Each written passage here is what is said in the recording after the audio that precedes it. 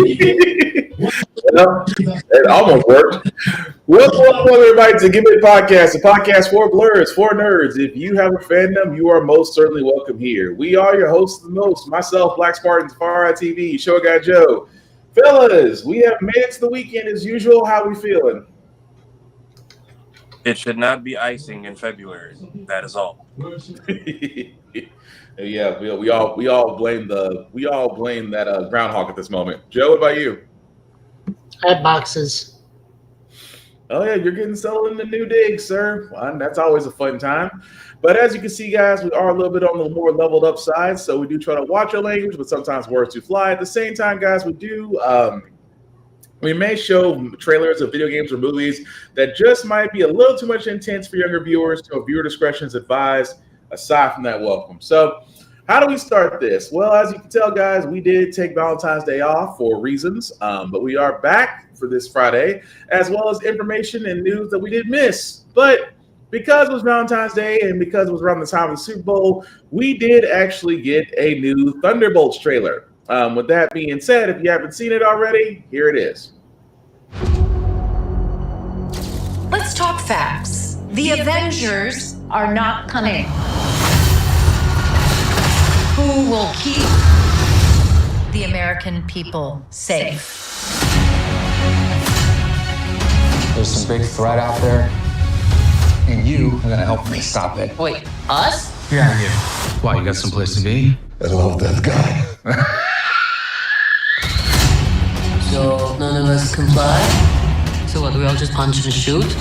I can't think of a worse group of people trying to work together.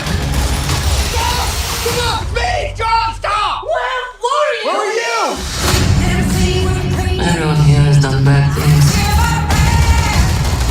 You can't escape the past. Hey, it's like your mind is somewhere else. So you can do something about it now, or live with it forever. This could get messy. Oh, shit. You thought you were gonna be some great saviors? You can't even save yourself. We can't do this. No one here. This is hero. Lena, when I look at you, I don't see your mistakes. That's why we need each other. Okay, that was really good. We are the Thunderbolts! Can't call ourselves that. God, thank you. This has makings of team that can rise to glory. Bring light from the darkness.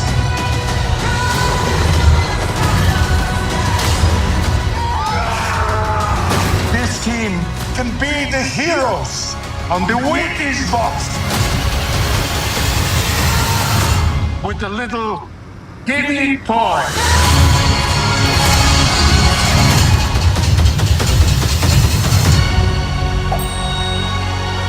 Alexei, have you slept? I'll sleep when I'm dead. I'd like not to die today, so maybe somebody else be driving.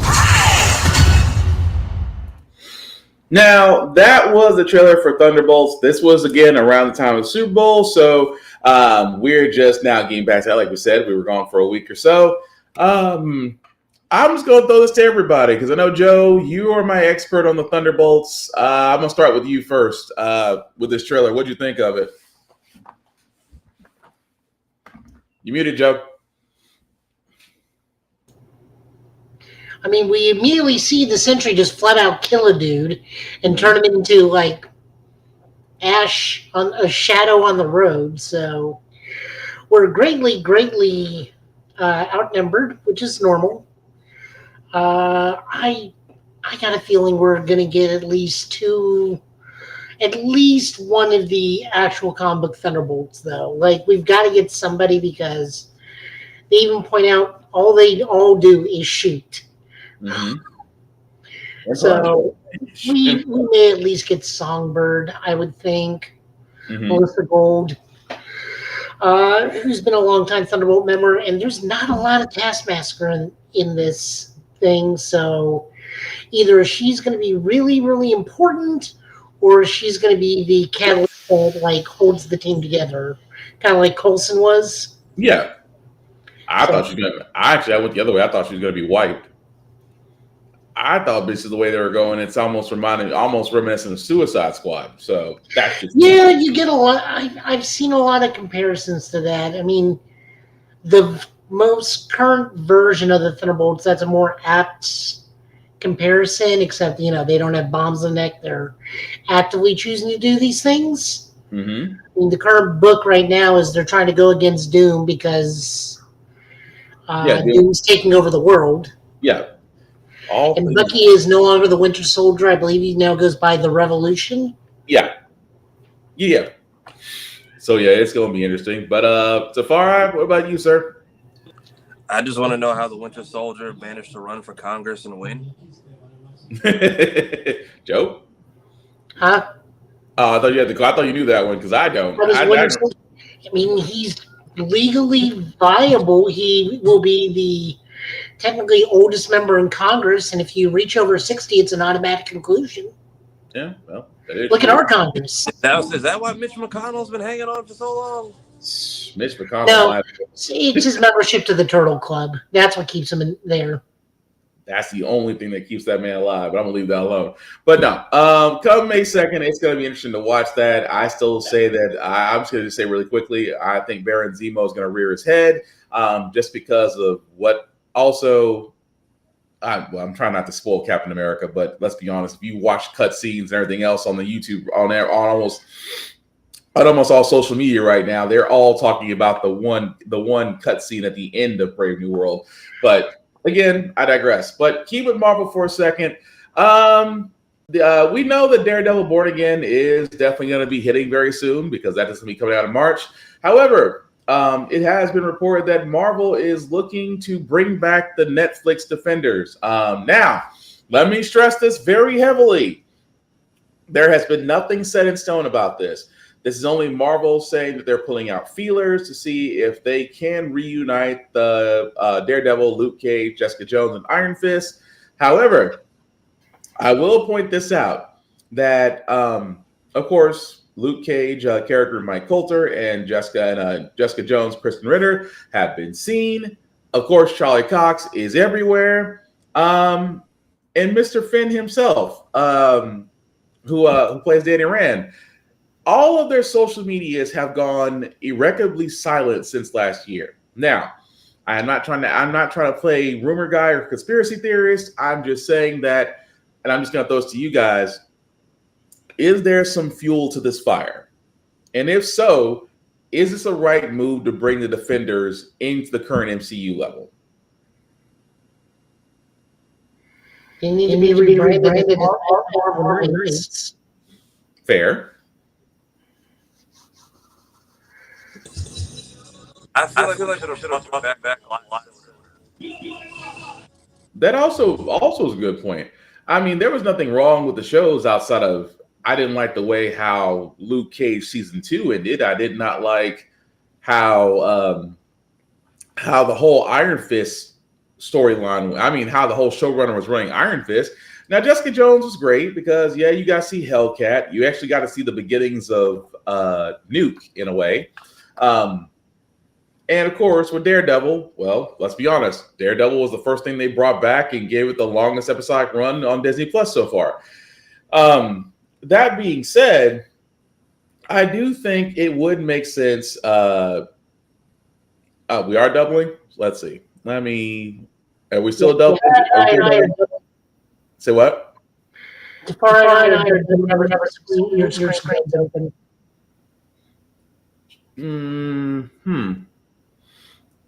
Let's see something here. You got your echo cancellations on both sides?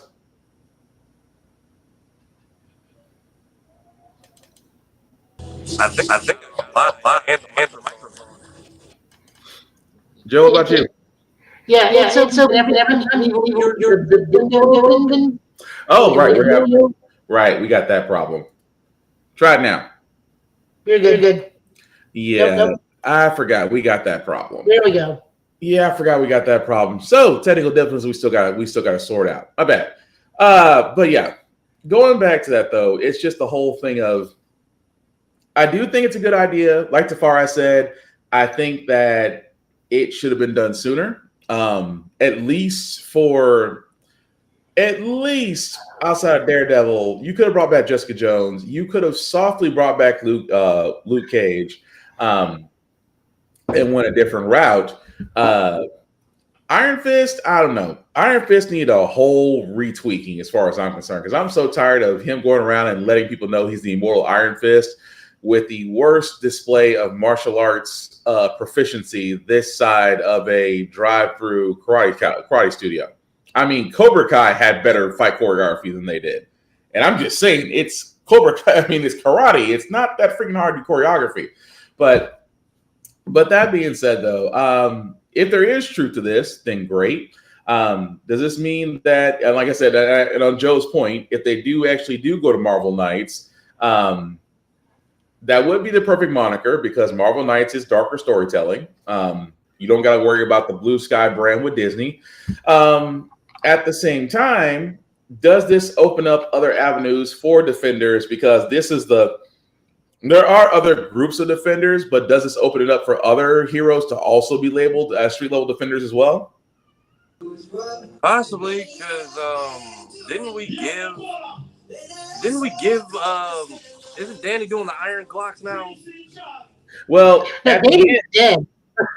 Yeah, Waylon. That's the thing about it. That's also one thing that's taking me off, because Waylon, help me out here, Joe. What was his last name? One of the Iron Fists that had the guns. Waylon Jennings, or I can't think of his last name. Waylon Jennings is a singer, I think.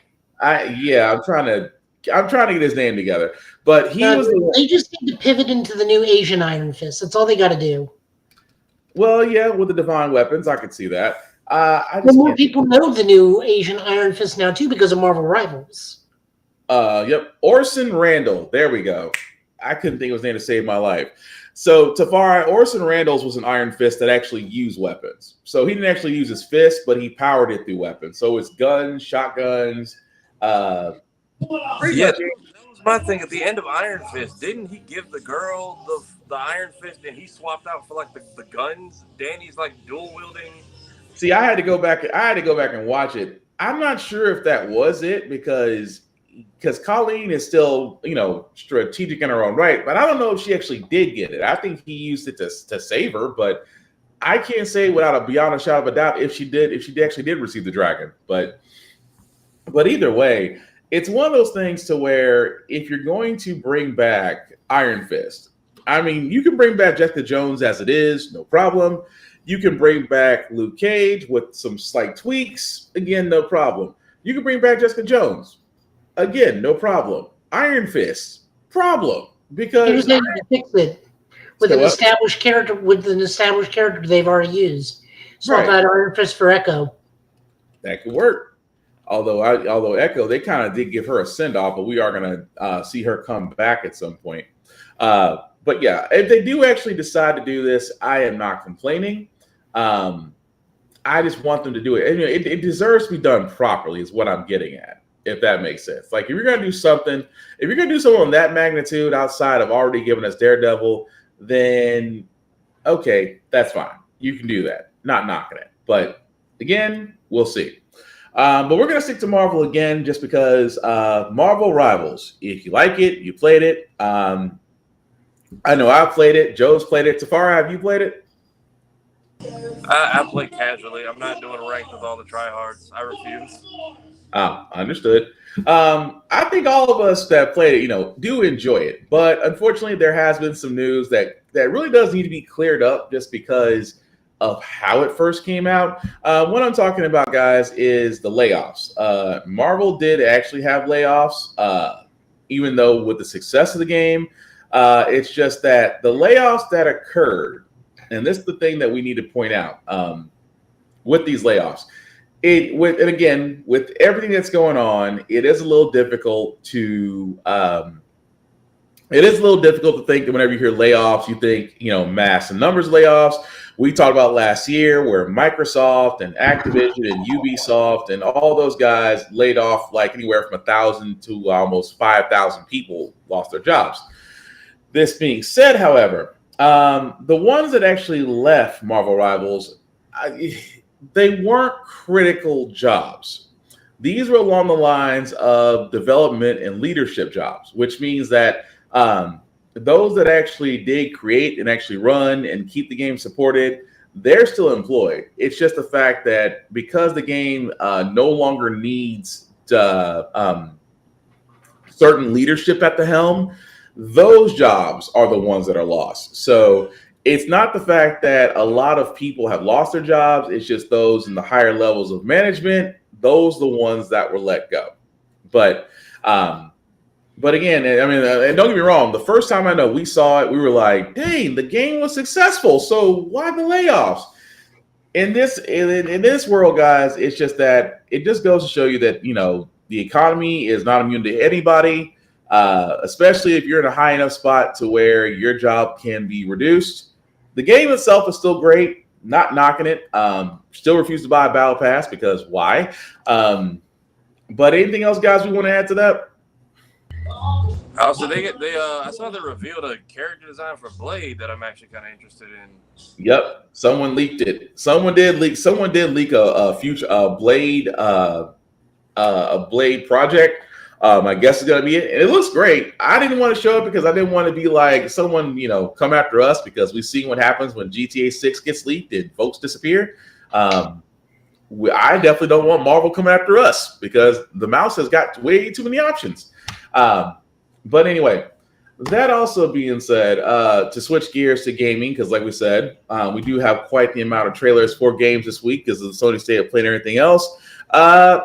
But Fatal Fury, Call of the Wolves. Joe has played it on. Say what? City of the Wolves. Thank you. City of the Wolves. Thank you. Tongue tied at the moment. Apologize. Just call it Garo 2. Yeah, let's go with that. So Garo 2. Let's go with that. But for everybody else, City of the Wolves. If you've been under the rock, the beta is out. Beta is available up until Sunday, if I got that right. Because it says it's supposed to be from the 20th to the 24th. So actually, that's Monday. I apologize. So before we give our impressions of it, if you haven't already, the beta is available for PlayStation and Xbox and PC. So again, it's free. You do not need Game Pass to download it. You do not need PlayStation Plus to download it. Keep in mind, this is a beta. Anybody that's ever played a beta version, this is not the full game. This is not the full product of the game. This is a game in progress. You do have to do a couple of tutorials, like every fighting game does, before they let you loose. You do have the ability to play online for either ranked or casual.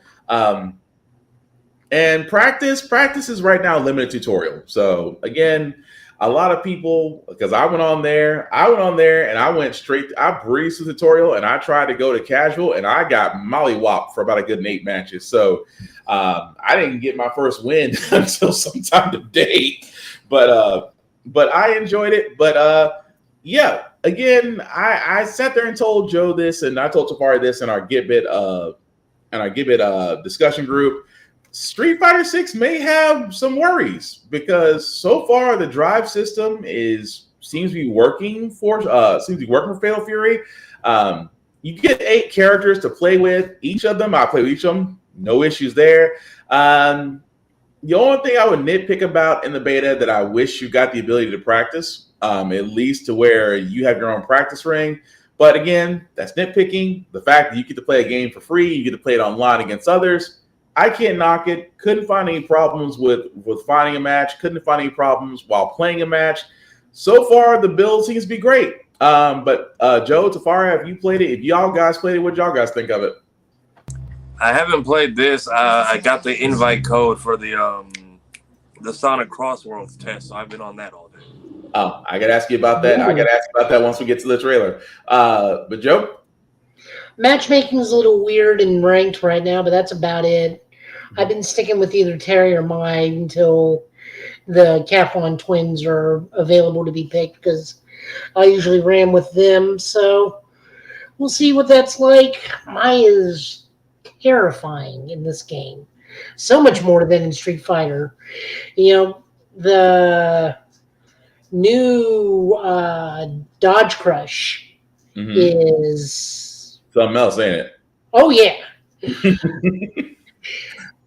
It's trust me, I'm learning because I was on the end of it, and I also got saved by it at the same time. So trust me. Time to learn your 50/50s.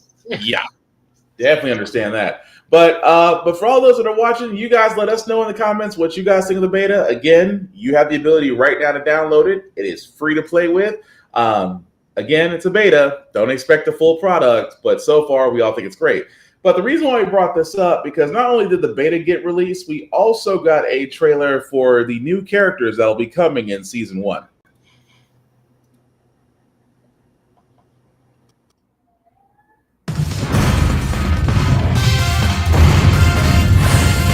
Try to keep up, all right? Come on! Taste of Shiranui fire is the path I've chosen. Time to set sail. Listening for my research. Farewell. Can you comprehend that?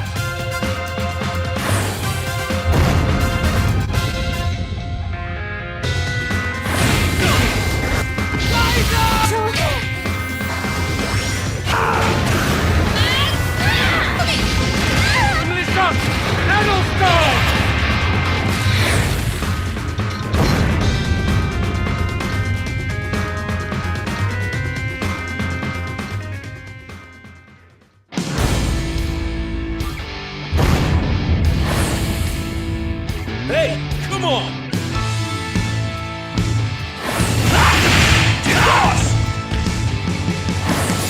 Ready? Buster Ball! Close one! Okay!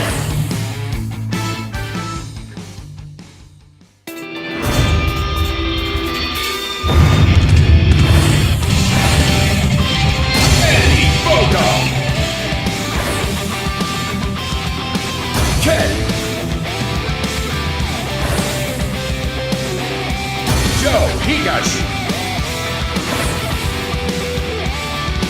Chun-Li. Mr. Big.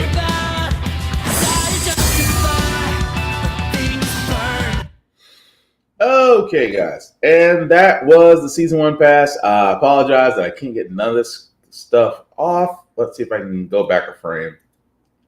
Nope. That's definitely not happening. So for all those that can't see it, I apologize. You do get, and this upcoming summer, you do get Andy Bogard. Also, you get Street Fighter Ken. In the fall, you get Joe Higashi. And then followed up by Chun-Li and then Mr. Big. So that is the first group of fighters you get with the first season pass. Fellas, how are we feeling about that? Are we happy? Are we disappointed? Or should they have added more fighters? No, we're good. 22 is a decent start. Please also, guys, keep in mind that by simply buying the $59.99 version of the game, you get Season 1 included in that price. So you get Season 1 DLC for free. The other thing that surprised me was Mr. Big, who is a Art of Fighting boss, which means Ryo, Robert, and Yuri are probably going to be DLC a little bit down the line, maybe, or at the very least, Ryo in his older Mr. Karate form. I wouldn't be surprised. I can see that. Although it is crazy to actually see Street Fighter characters, because I'm not going to lie, I thought it was going to be Ryu first before Ken. So we're supposed to have, like, Ronaldo from soccer something to do with this? That's the rumor. The rumor is we're supposed to be getting him, too. Now, we aren't getting Ryu either. Ryu's big, like, SNK rival is Kyo. Yeah. It's Terry and Ken. I can see that, though. But, Tafara, what do you think? Solid Season 1 lineup for fighting fans, so it seems like they pulled a little bit everywhere. And I'm guessing everyone gets Ken because Ryu was like, hey, you can come to Smash, but you're only allowed to be here. Nowhere else. That's what it feels. That's what it seems like. But as you can see, guys, like we said, the beta for Fatal Fury is out, or as we already dubbed it, Garo 2, again, is out there for you guys to play with. Let us know what you think as we wait for the full version to come out, which won't be too far off from now. But switching gears for a second, because what I'm about to say next is probably going to throw a lot of people off, but we'll show your age if I say 3 words. Samurai Pizza Cats. Again, if you're pretty much our ages in this group, you've known what Samurai Pizza Cats is. Now, I'm just looking at Tafari, and he's like, "Do I remember this?" But what's so crazy about this is not only you should remember it, they're actually coming out with a video game. So they're kind of joining Battletoads and Teenage Mutant Ninja Turtles and Double Dragon. It seems like the nostalgia ride keeps going on. But if you have not seen the trailer for Samurai Pizza Cats, here it is. It is a joy. Welcome back to Little Tokyo, where some big news has just reached the big cheese. A video game, 30 years later, and these old-fashioned furballs are getting a new video game? These darn pizza cats are always stealing my spotlight. I haven't felt this angry since our cartoon show stopped airing on TV. Calm down, Caesar. If Pizza Cats are getting a new game, that means we will be cast as the main villains, right? Our voice actors are even recording a scene that we're doing right now. But I'm supposed to be the lead. I'm probably not even going to be a playable character. Calm down, Gina, I have a plan. We could blind the enemies to talk super powerful road to us. And then we can appeal to the best Pizza Cat once in a while. Right, the animators, what a brilliant idea. And with those annoying pizza cats out of the way, I'll become the new emperor of Little Tokyo once and for all. Oh no! Isn't there anyone who can stop this cast-off supervillain? So, the big cheese is up to his old tricks again, huh? We've got 9 lives plus contains! And when the game gets tough, you know who to call. We are the Samurai Pizza Cats! That's right, ladies and gentlemen, the Samurai Pizza Cats are back with a brand new video game. The Big Cheese has an evil scheme up his sleeve, and it's up to you, the player, to stop him from taking over Little Tokyo. Switch between your favorite cats, Speedy, Guido, and Polyester, and get ready for some nostalgic pepperoni action. So put on your best pajamas, because we're going to party like it's 1991 with the return of the Samurai Pizza Cats. As Joe has already said this in the stream, and I gotta say this again, this was not on my bingo list of 2025. But as you can see, guys, it is going to be wishlisted on Steam. Currently in development for all major platforms, so you probably will see this on Xbox Series X and S, PlayStation 5, Steam, and all other areas. Fellas, how we feeling about this? I mean, because it looks great. At first, I thought I was still watching the cartoon, but if that's the gameplay, I want to give it a shot. But what do you guys think? Joe is going to find something to add to my mental flashback. Oh no, I'm just turning on more light. It feels familiar, but I don't. First off, it came out 5 years before I was born, but I've definitely seen it on definitely passed by it in the days of like anime and 8 3-minute part YouTube land. Mm-hmm. I can see that. But Joe, you caught this one before I did, sir. What's your thoughts on it? I just couldn't believe that they're coming back with Samurai Pizza Cats. You know, the crazy part about this is this just kind of adds to the whole thing of the nostalgic. I mean, outside of just cartoons that we love that they're bringing back as video games, I love the fact that all of them are crisp. Not bad. I mean, none of them look bad. They all look great. And just they look fun to play, and I kind of want to give this a shot. Although, so you can watch Samurai Pizza Cats right now on Peacock or Pluto. Well, there you go. For all those that don't know, Safari, you need to remember. If you need a refresher, sir, it's on Peacock if you want to watch it. I mean, if this gets the game, Tattoo Teenagers from Outer Space fans, you may hold out hope. You might get a shot. Tattoo Teenage Alien Fighters. Why do I still know that? Tattoo Teenage Alien Fighters from Beverly Hills. I still wanted Mystic Knights of Karen and Og.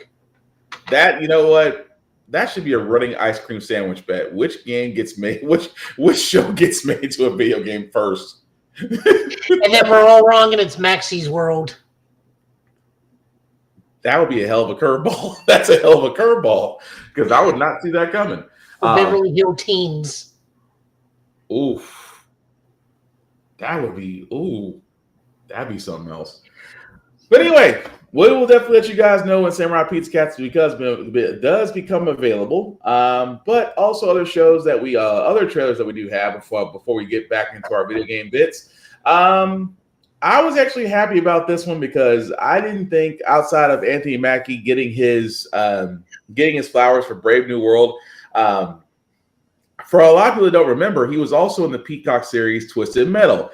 Now, some people like Twisted Metal, some people didn't like Twisted Metal. I was a part of the first. I love Twisted Metal. I love the way how Sweet Tooth was done between Will Arnett and Samoa Joe's body. Samoa Joe using his body for the body of Sweet Tooth, and I thought that was great. It did end as if it was showing a season 2, which again they just announced that Twisted Metal is getting their season 2, and this is how it looks. The name's John Doe. Until a year ago, my life on the road was pretty routine. I met a drifter, we fell in love, we picked up a clown along the way.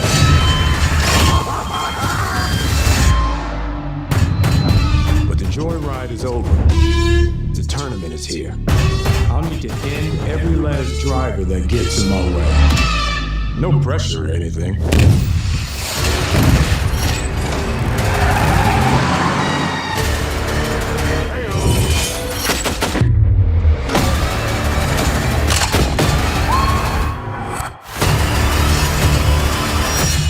I am Calypso, and I invite you to compete.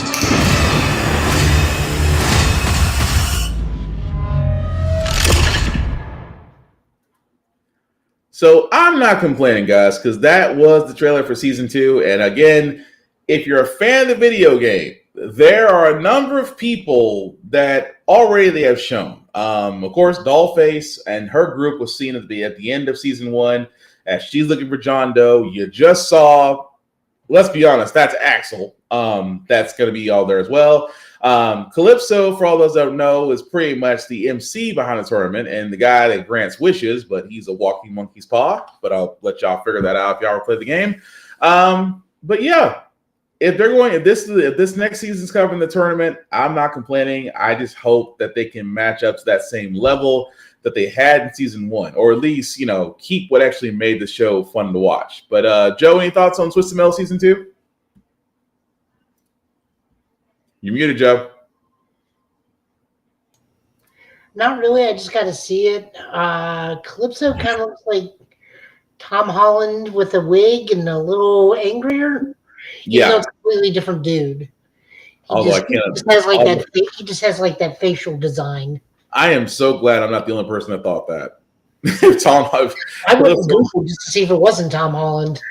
If Tom Holland ever went dark side, I was looking at that. I was like, wow. If Tom Holland, honestly, kind of surprised vehicle combat is not a bigger genre now that we're in an online world.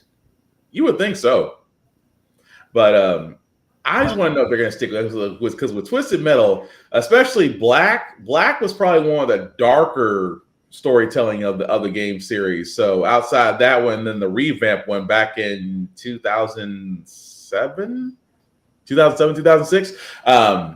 But again, I'm not knocking it. I definitely am wanting to watch what happens in season 2, especially between John Doe and Dollface, because that's going to be an interesting dynamic. But Tafari, have you ever watched Twisted Metal? I haven't. I've seen clips. It seems like a decent enough show. I also don't want it to fail because I won't get another show for 30 years. Right. I'm curious how far they're going to take it or what stories get adapted because, yeah, the last one I played was Black, and it was so weird to pair with the kids game like War of the Monsters because you had to have a file on that to get a costume on there with Mecha Sweet Tooth. And I was like, this isn't like fun, blow them up. There's like horror stories in this game and everything's like creepy and stuff. And apparently the game's like kind of hard to find now. So yeah, which is crazy. Which again, it goes back to our thing about physical media. You guys, I mean, not to interrupt you, Tafari, but again, this is the reason why we keep talking about physical media, because as things come up that people are going to be interested in, the harder it is going to be find stuff. I mean, Tafari, you can go to Tafari TV and he'll tell you, steelbook hunting is becoming more difficult to find things now. So, if anything, especially in the ways of video games, especially older video games, even imports, which imports used to be the easiest thing to get, not anymore. But again, with Twisted Metal Season 2, that does come out on Peacock. Season 1 is available on Peacock free to watch in case you want to give it a shot. But like Tafari said, it's the whole thing of keeping trying to support video game shows because they don't really have a good track record on television networks, especially movies. Because even One Piece on Netflix, and how they did it was still, let's be honest, it was good, but we were worried because Netflix does like the ratings, even though they do throw money at useless projects. But anyway. Check out Twisted Metal on Peacock. Season 2 definitely coming up. Back to video games. Now, I got to ask one thing with Anthony Mackie. Are we posting? We showing the This is Captain America dance? I meant to go look that up during this next trailer. Yeah, I'm showing. Oh, I'm definitely showing that because that needs to be shown. The whole dance line when he got introduced on the Jennifer Hudson show. Yep, I'm fine. I'm getting that. It's on my wall. Gotcha. But yeah. Outside of that, well, like I said, with Twisted Metal Season 2 coming up, should be interesting. Now, WWE 2K25. Still haven't played it yet. Well, actually, nobody's played it yet because it's not out yet. That being said, they did actually have a new trailer for the Bloodline because, let's be honest, if you've been watching wrestling, at least for the last 2 years, the Bloodline has basically been the only story across the WWE. That being said, it's got its own trailer for its next part of WWE 2K25.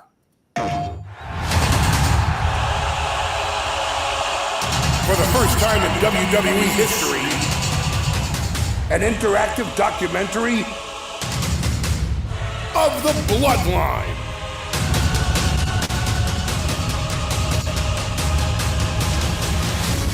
Some of the most ferocious battles Hulk Hogan is finished against the greatest warriors in the family. You are the new Intercontinental Champion. This year, we're going to give you a chance to right the historical wrongs and change history. Vengeance is mine. To move more glory to the Bloodline. 3 minutes and just about up.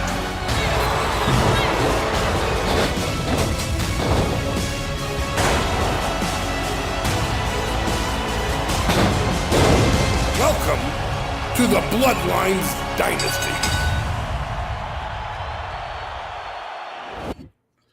Now, that was the trailer for the Bloodline Dynasty. As you can see, guys, WWE 2K25 does have 3 versions. Of course, the base version, the Dead Man Returns version, and of course, the Bloodline Edition, which actually does have the Bloodline Dynasty, in which we just covered.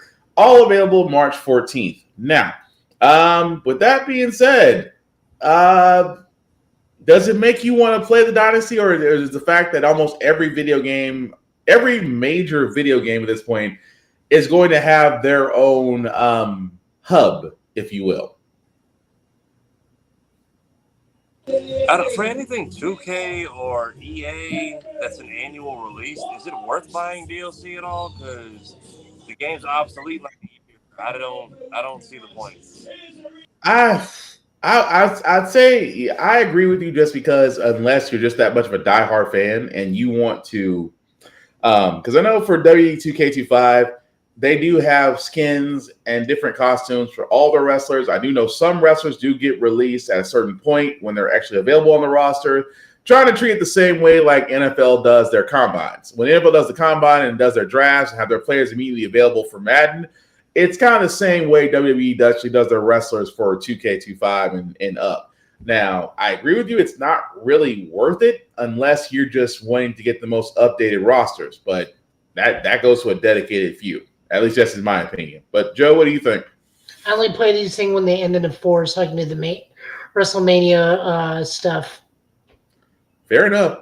Although I will say this before we move on, I do like the fact that it does got to go back to the previous matches because not a lot of people remember Yokozuna or Rikishi or the Flying Samoans, or the Wild Samoans, Jimmy Snuka,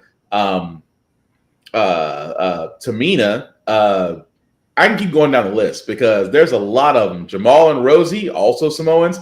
For a lot of people who don't realize, that Samoan tree has got a crap load of branches. That's all I'm saying. I didn't see in that, which was weird. Who's that? Umaga. Yeah, he's not in unless they just come. I mean, I'm hoping he's in there because that's the same tree. All of them are related. All I gotta say is family reunions gotta be something else. But anyway, again, that is the Bloodline Dynasty for WWE 2K25 that will be available March 14th. That being said, we can move on to the Sony State of Play that did happen last week and our picks that we had for it. I'm going to start with this one. I'm going to start with Sonic just because, Tafari, you've already played Sonic Racing Cross Worlds. You got the closed beta to it. Anything you want to talk about before we play the trailer? We can play it first, and then I can, if there's anything in the trailer, I can reference what I've done here. So we'll do it after. All right.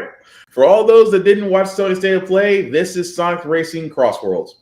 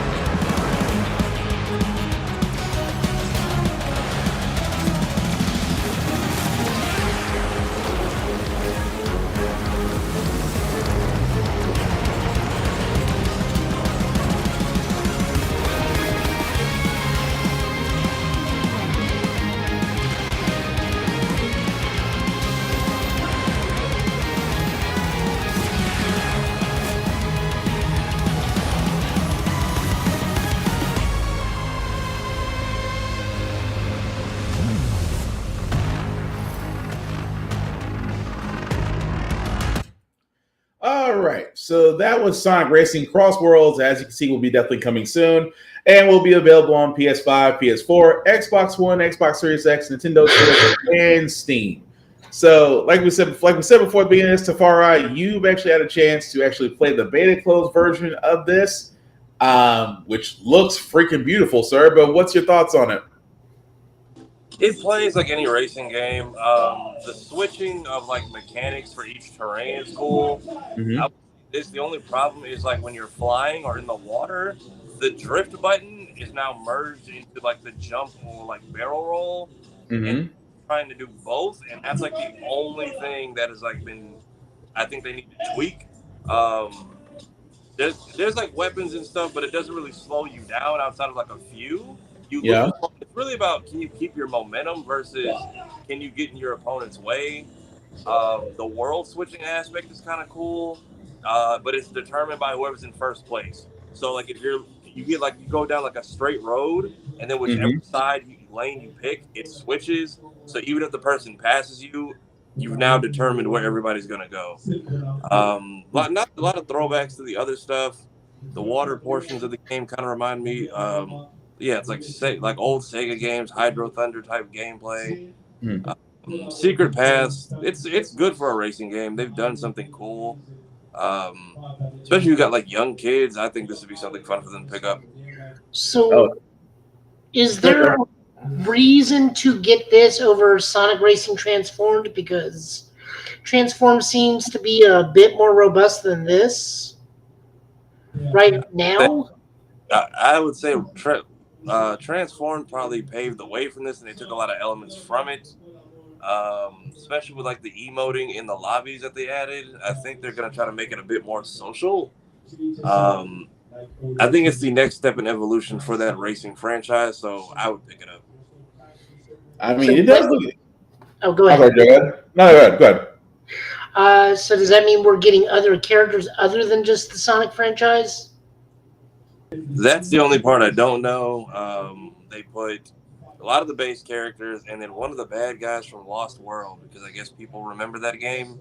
Mm-hmm. So, it is. Because if you go to the actual website, it does say other characters. So I'm kind of wondering why they're only showing Sonic characters. Fair assessment. It could be. I'm sorry. Go ahead, Far. I'll say, let me see if I can pull the lobby back up because it had other characters in there. Mm-hmm.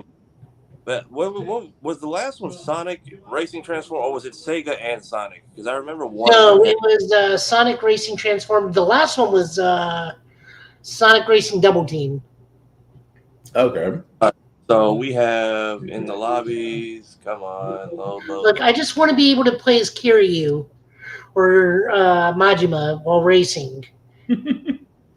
I do feel like if this does do well, they'll start bringing in other franchises. Let me see who they have on the character select.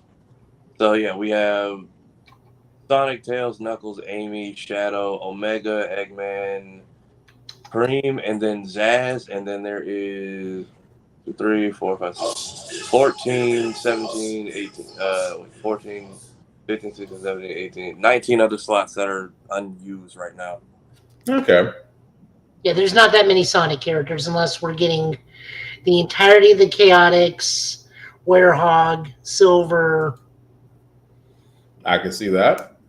It just depends though, but I mean, it looks fun to play. I like it. I mean, it did give me Mario Kart vibes, but then again, it just goes to show you there's nothing really more to compare it to. But I still want to play it. I did see that hoverboards in here, so I would not be surprised if they're trying to appeal to the the Sonic Riders fandom. And I think they're taking a little bit of everything they've done up to this point, just putting it in here. I'm not complaining. I think it's great. But again, looking forward to it when it definitely gets wish listed and when they give us a date. But I give it to Sony because the next game is near and dear to my heart because I am a big ass Shinobi fan. Shinobi 3 is still one of my freaking favorite games on Sega. That being said, we have been overdue for a Shinobi game, and I've already got my wish granted with Ninja Gaiden. But we do got a Shinobi game coming out. It's called Shinobi Art of Vengeance, and it looks freaking beautiful. Forged to unleash vengeance. More than a weapon, it is the soul of a shinobi.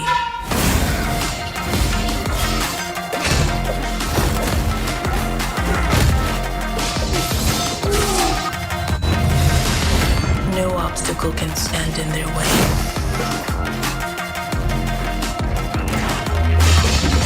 Soaring where others would not dare.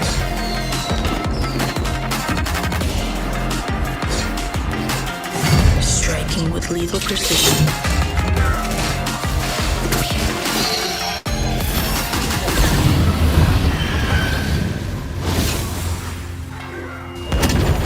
Each weapon a tool, each tool a part of the whole. This is the master of Shinobi.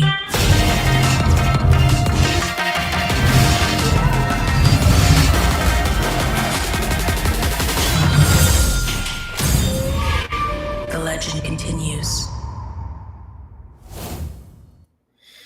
And that, guys, everybody dropped. There we go. Sorry. So that, guys, was Shinobi Art of Vengeance. That's the trailer.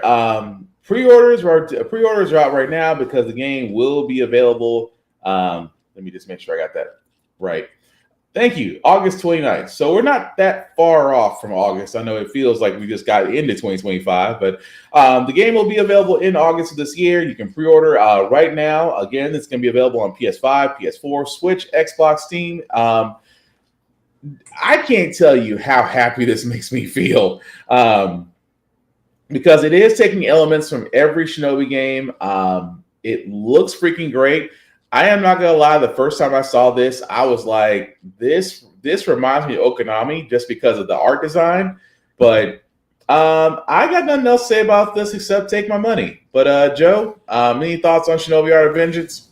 Pay attention. Beware of the hawks. Oh, the falling rock stage. No, the falling hawks. Oh, Hawks. Gotcha. Sorry, took me a second. I thought you were talking about the falling rock stage for a second from 3, but.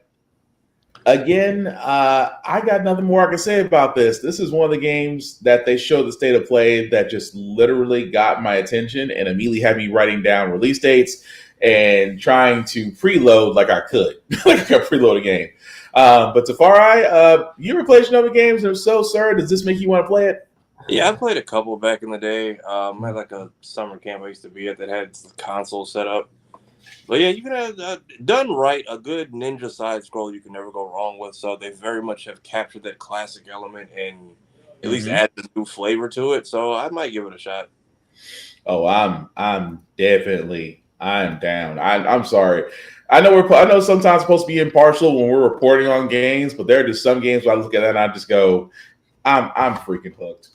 There's nothing more I can say that except I'm hooked. But speaking of games that are being hooked, this also gave us another trailer at State of Play for Omnimusha Way of the Sword. And again, if you weren't already on the fence about playing this game, this next trailer should probably put you over the edge.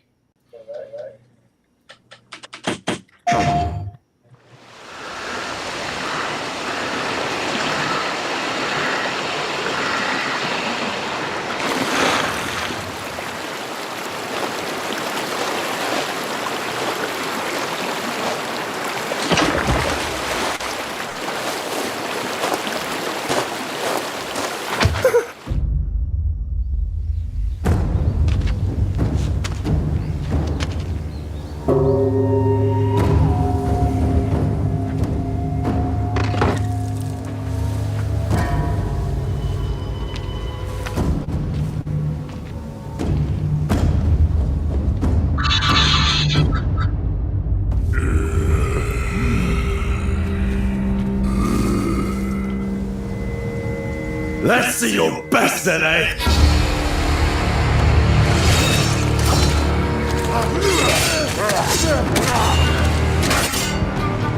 Swordplay is a game of strength. Winning is what matters.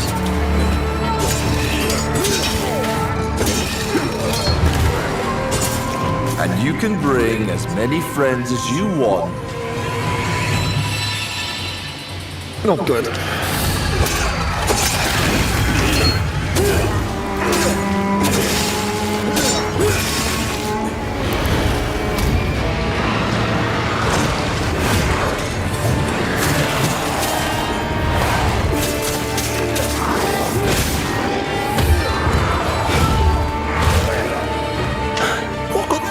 World up.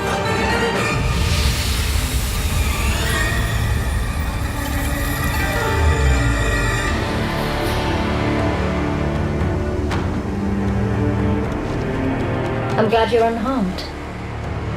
Who? What?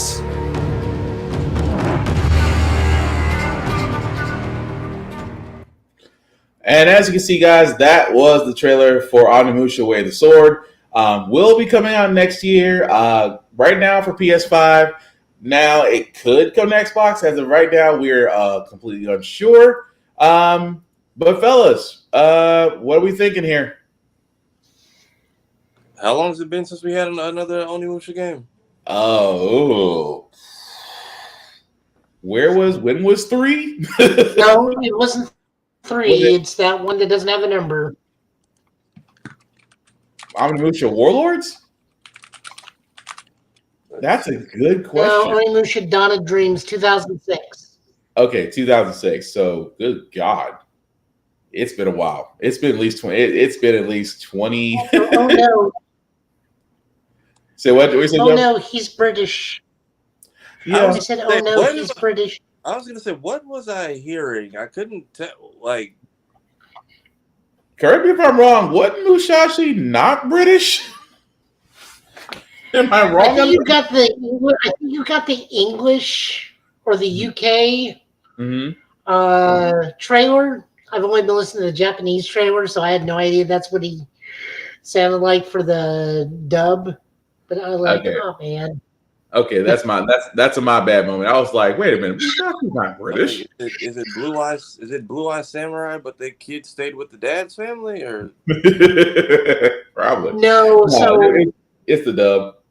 Onimusha is continuing its trend of using very famous actors as their face models. This is Toshiro Mifune. If you guys are not aware of that name, he was the actor for Sandro and Yojimbo of that was directed by Akira Kurosawa. This is young Toshiro Mifune. Okay. You want to see what older Toshiro Mifune looks like. He is in the Onimusha anime on Netflix, where it's older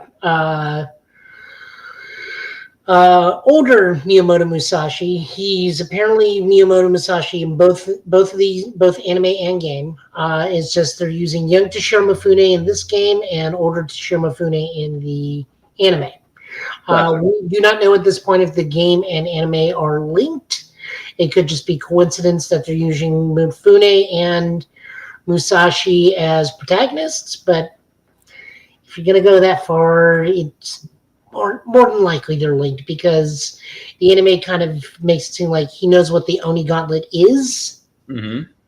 Even just like in the first episode, he knows what the Oni Gauntlet is, so it's more than likely this is kind of a prequel to the anime. I can see that. This is just my speculation, but yeah, we are getting legendary Japanese actor Toshiro Mifune likeness in this game, his younger self. Please go watch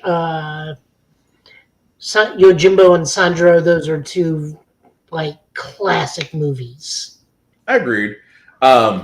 But again, we've talked about Onimusha Way of the Sword. We've sat there and said that we are all down for it. But we do have some additional news, and I got to thank Joe for this one. John Reno. Apologize if I mispronounced. Thank you. I apologize if I completely destroyed your name, sir. No, my apologies. If you don't remember him, he was actually in Onimusha 3. He has sat there and he was actually asked, would he come back to reprise his role in a remaster, which he said he would be pleased to. Now, of course, we did also talk about that Onimusha 2 Samurai's Destiny was going to be remastered. And with Way of the Sword coming out, it is possible that Capcom may go ahead and greenlight Onimusha 3. Now, if they do, again, it's a slam dunk. If you have not played Onimusha 3, if you still have a PS2, and if you still have said copy, or if you can find a way, I know there's still a lot of retro game sites out there, but if you can find a way to play Onimusha 3, it is definitely fun, and his character, well, I just won't spoil it. Let's just say he's interesting. But I'm not against it. I love the fact to see him come back and reprise his role in Onimusha 3, because Capcom, I'm not saying Capcom is not bracing for the lull of Street Fighter 6, but let's just say they got a couple of titles out there right now that are cooking that will be great for them in the long run. But anything else, guys, you want to add on to Onimusha Way of the Sword before we move on? That's pretty much it for me. Joe? I don't even know why you would ask me such a preposterous question. Just in case, hey, you might know something more about it, because again, I'm trying to think of anything else outside of take my money, which is that's all I got for Onimusha Way of the Sword. Take my money, literally and figuratively. But moving right along, guys, there were some other trailers in the State of Play, which again also caught our eye. This one called Hell Is Us. Again, I am all for different type of titles and IPs and how they play, because we keep asking for different stories. We keep asking for different type of gameplay. If you haven't seen the trailer for Hell Is Us, now's your chance.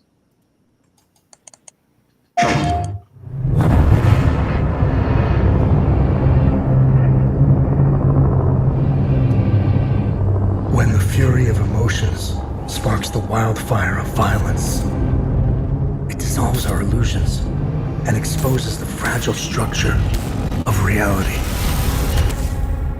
I have 1,000 questions. Why did you come back? I stood in the home I was born in. In that moment, I felt a connection. Epsilon 11, sound off. Where are my men? They're gone. Choose your next move wisely.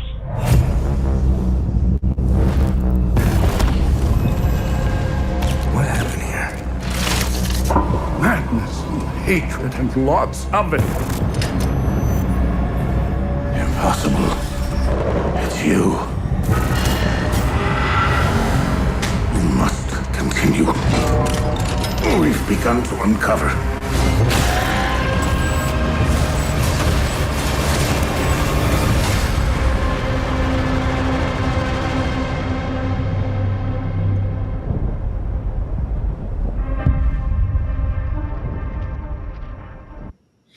All right, so that was a trailer for Hell Is Us, guys. As you can see, will be actually coming out September 4th of this year. The only thing, and it is different. Like I said before, we want different gameplay. Kind of need to see it. Only reason because if you really want to sell people, visually graphics, okay, cool. Common, Alan Wake, Dead Space, whodunit kind of thing, kind of feel to it. Cool. There is a slight horror factor to it. Again, no problem. But we are going to have to see, we're going to need to see gameplay to really be sold on this. But that's just my opinion. But guys, what do y'all think about Hell Is Us?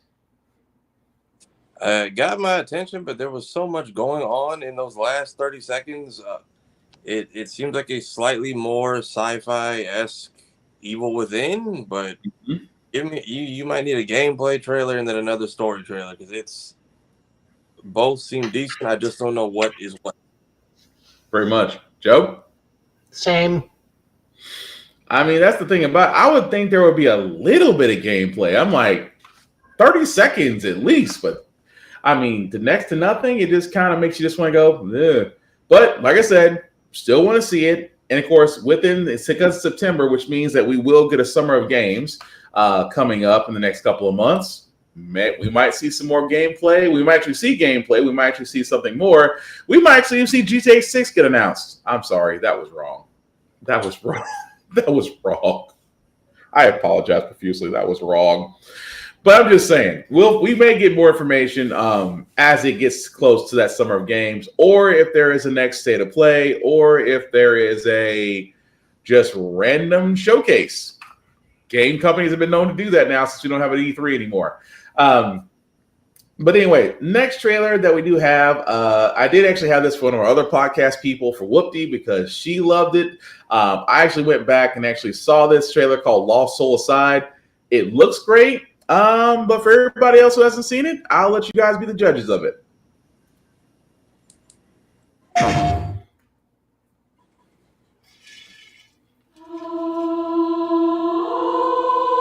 I keep having the same dream. A horrible dream. Where monsters invade our world. A powerful being falls from the sky. And when it seems they might vanquish the invaders, the dream ends. Is this really just a dream? My only hope lies with you.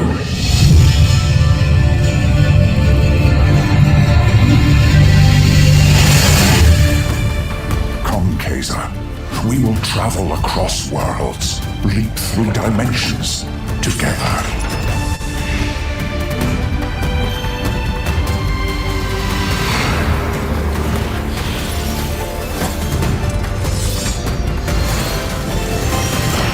I see great power within you, a destiny waiting to be fulfilled.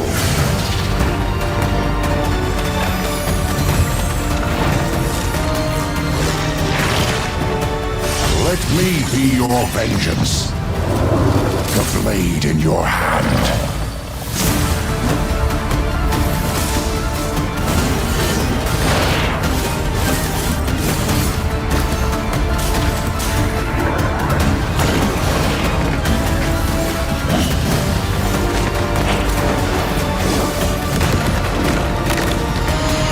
Never wanted to be a hero. but for humanity's sake. You must. Then give me your power, Arena.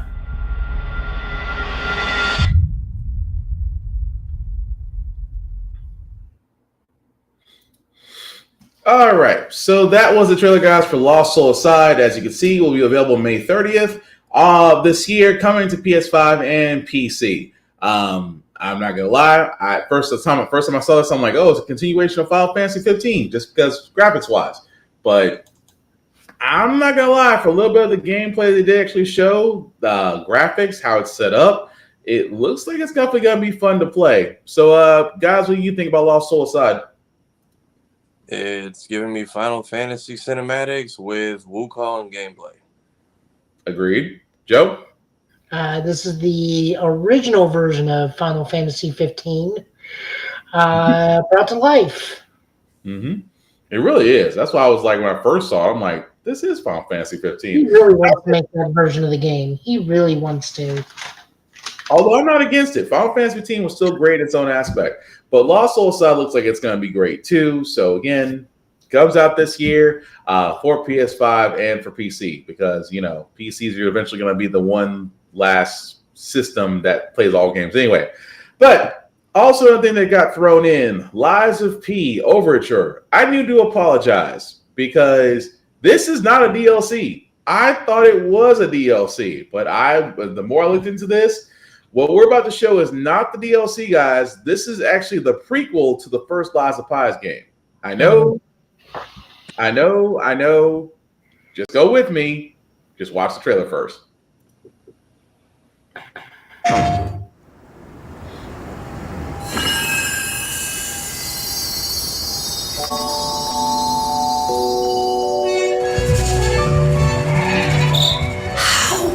can it be winter all of a sudden?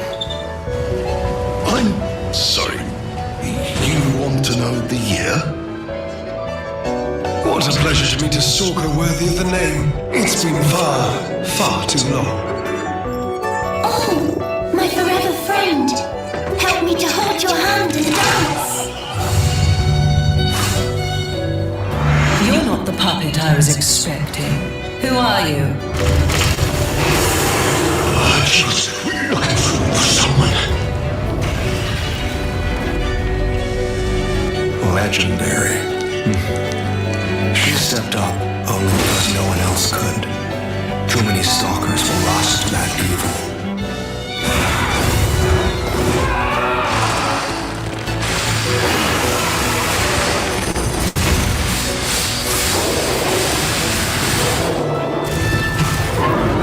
I'll do whatever it takes. Your survival is all that matters. Nothing else comes close, not even my life. I swear I won't be late. Not again.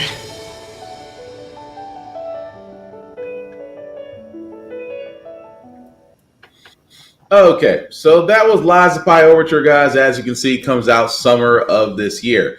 Now, like I was explaining beforehand, you're probably wondering, like everybody else, oh, this is just a DLC. Nope. According to Neowitz, it is not the DLC. This is actually the story before the events of the first game, basically getting to meet the first stalker outside of P, which is obviously Pinocchio, for all those that are wondering. It looks great. I mean, I love Lies of P. It was frustratingly fun to play just because it does play Souls-like. You do have to learn to use defense as well as countering, knowing which weapon to go with, knowing how you want to fight, really learning the bosses because they all challenged you. But overall, it was fun. Will I play this when it comes out in 2025? Comes out this year. Comes out either June or July this year. Sure. I want to give it a shot because I just want to see more of the story. But guys, does this make y'all want to play Lies of P, or do y'all want to wave at it as it passes y'all by? I feel like I missed the wave on the first game, so I don't know if they drop any kind of trailers or they get more into the story or the catch up or a demo. I might check it out. Who's played the previous games excited? I just feel like I'm not. I feel like there's a whole lot of context and stuff I'm missing. No, understood. Joe? Not really my thing. I'll try again later when the sequel comes out, because the sequel's supposed to be based around Wizard of Oz. Right. Which again, I'm surprised that this came out before the sequel did. That's the part They probably could do an asset flip really easily and need more time for the Wizard of Oz development. Yeah, fair. Now, before we get to Annihilation, just to go ahead and just kind of wrap this up, Mind's Eye and Soros were also a part of the state of play. Still, those are kind of in development just because they didn't really have a lot to them. So that's the reason why we're not showing them. But before we get to our show reviews, again, Tides of Annihilation was another one out of the state of play that was worth watching. If you haven't seen it, here's the trailer.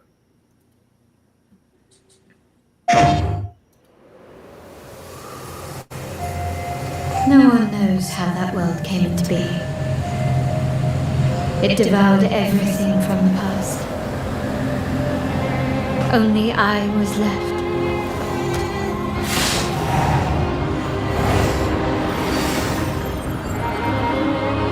That was a fatal mistake.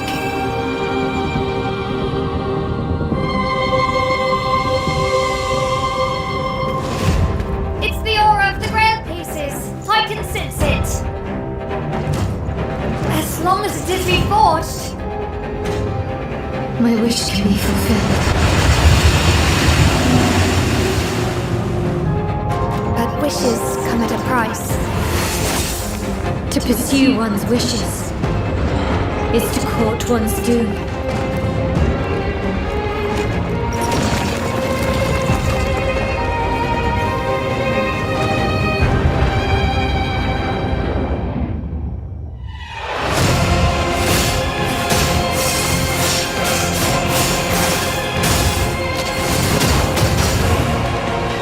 Holy Grail. Blood. This is a feast only for the king. Can't escape from your doomed fate. Gwendolyn, this is your final warning.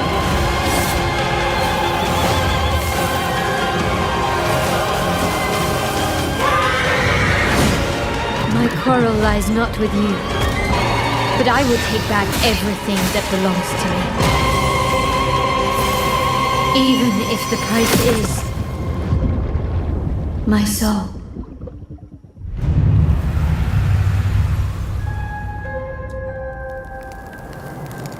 The table is dead. It exists no more.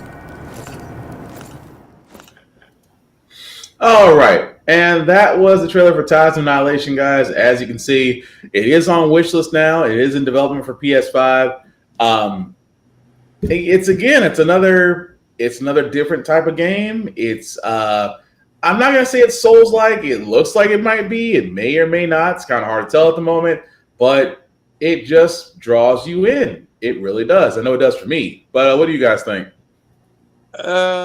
Interesting combat concept. It's giving Souls like God of War-esque, which I'm perfectly fine with. Seems like they have some adventure bits as well as like arena fights for the bosses. So story, I'm curious to see what that plays out like. It's looking very, I don't know, there was a cross at the end, so some religion maybe. Yeah, that's what I was getting from that. Joe, what do you think? I'll give it a shot. This isn't really my forte, but they got a demo. I'll at least do the demo. Which again, gaming companies out there, demos, beta testing. Just saying, bring it back. But that was our picks from State of Play. Like I said, let us know what you guys in the comments think. What y'all thought of State of Play? Did you think Sony knocked it out of the park, or did a lot of these were missteps, or were you expecting Bloodborne? You let us know what you guys think.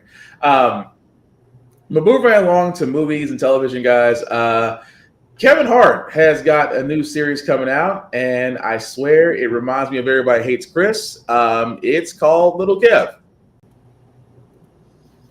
Hey, everyone! Dumbass motherfucker! Man, you gotta love the hustle and bustle of my amazing neighborhood.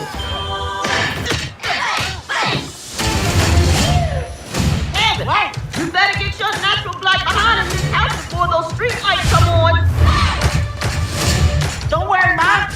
enjoying the sights and sounds of my city. We got plenty of time. Oh, snap. Hey, that's my little brother Kevin you laughing at.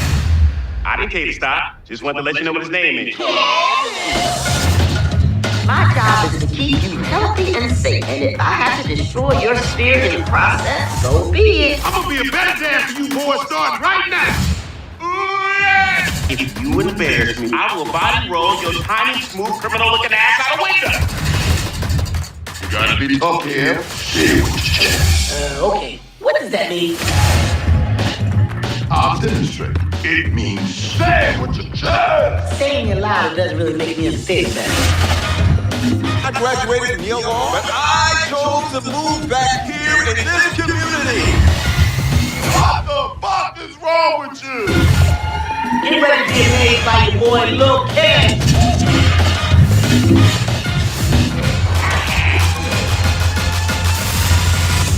Let me break it down. Okay, that's enough. Wait, I'm almost done. Hammer two. This is a lady's bag. It should be a word for this kind of free labor.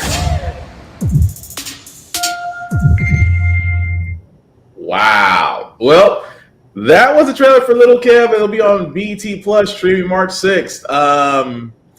Fellas, are we getting Boondocks mixed with a little bit of Everybody Hates Chris, with a little bit of the PJs, and will you watch it?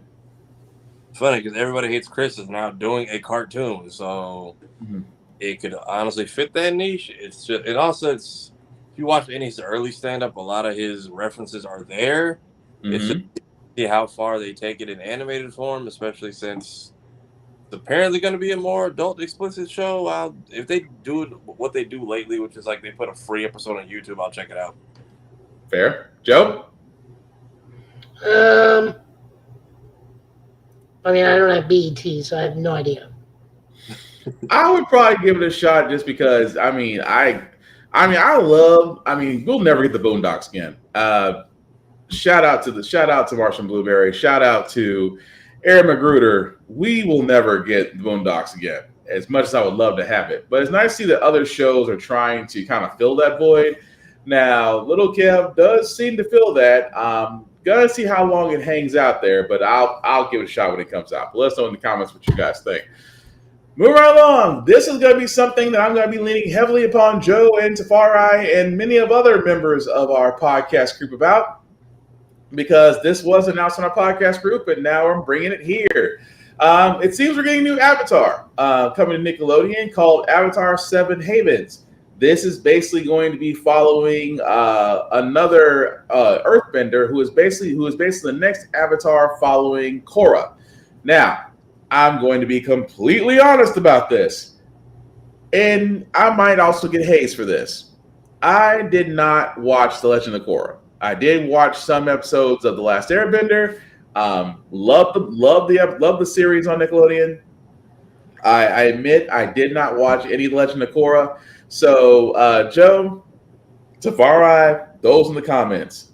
You guys have watched Legend of Korra, and now that we're getting a new Avatar, is it worth watching this, or is this kind of validating what some people thought about Legend of Korra? Or am I completely off the mark and should just enjoy it? I'd say Korra's overhated. I think it's just a matter of comparison of what she deals with and how her show went, and some of the choices either writing or her own personal choices. And it's just like, so worst Avatar confirmed, or did they just see the Korra hate train and said, let's cash in on it? Because Avatar is a show that could be touched on, an IP that could be touched on a lot more than it is. But it doesn't need to be overdone at the same time. But I'm very curious that they went with twins for this one. Yeah, that depending on how this show goes, I may need a writing credit, Dan Schneider. I'm also curious to see what world-ending event came after the Legend of Korra, because supposedly the show ends with the spirit world and the real world living in harmony. Unless the treaty was broken, I'm not sure. It's Avatar, so I know that the creators are on board, so I'll give it a shot. All right, fair enough. Joe, anything else you want to add to it? I want to see what year this takes place in, because Avatars usually jump ahead like 60 to 80 years, because we were like in, I don't know, like 1930, 1920, so it should be like the 90s or the 2000s. Okay. In the world of the Avatar, so I want to see what, like, if they are, in order to avoid, like, I don't like saying this phrase, but like urban avatar, urban city avatar, they had to have a cataclysm to where everything kind of goes back to like Aang level technology and Aang style. I want to see what that is or why it happened like that, because I mean, I would have thought Avatar, you know, start my car, do a little. Car doesn't start. Do a little jig with being a firebender. Start my own car with some lightning bending. Okay. Or just Fred Flintstone a car via earth bending. I can see that. So No. I mean, like, they got to take it back. They got to roll back the technology because it just like I just want to see what this is going to be like. No, fair enough. I actually have to go back and go watch Legend of Korra myself before I start this, because I kind of feel like I'm doing a disservice not to actually give it a fair shot. But Seven Havens, like I said, it sounds like it's going to be good. Every time I hear someone mention Last Airbender, as long as it's not the M. Night Shyamalan version, people seem to love it. I haven't seen too many people actually not hate it. But again, as we'll get more information as it comes out, Nickelodeon, we will definitely review it and go from there. Speaking of reviews, Captain America, Brave New World. We are going to talk a bit about it, spoiler free, because again, this is the second weekend. This is the second weekend for the movie. The first weekend, it obviously did well, made over almost $200 million in its first weekend. Bound to actually break the $500 million mark if it follows track this weekend. So we are not going to go into direct details about Brave New World, just because we want to give everybody a fair shake to see it. We will say that there is an end credit, and then there's one credit at the end. So again, it's a Marvel movie. Let's be honest, you should be sticking to the end anyway. Although it's 2025, we still find ourselves saying that. But before we actually play, before we actually do get into what we thought of Captain America: Brave New World, we first must give Anthony Mackie his due. Captain America, hey, he's walking the stage. Hey, he's walking the stage. Anthony Mackie, Captain America, he's walking the stage. He's walking the stage. Anthony Mackie, Captain America, he's walking the stage. He's walking the stage. Anthony Mackie, Captain America, he's walking the stage. He's walking the stage.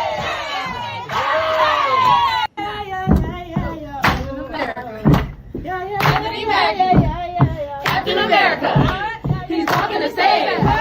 He's walking the stage.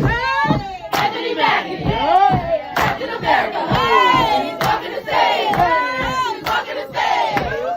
Anthony Mackie, Captain America, he's walking the stage. He's walking the stage.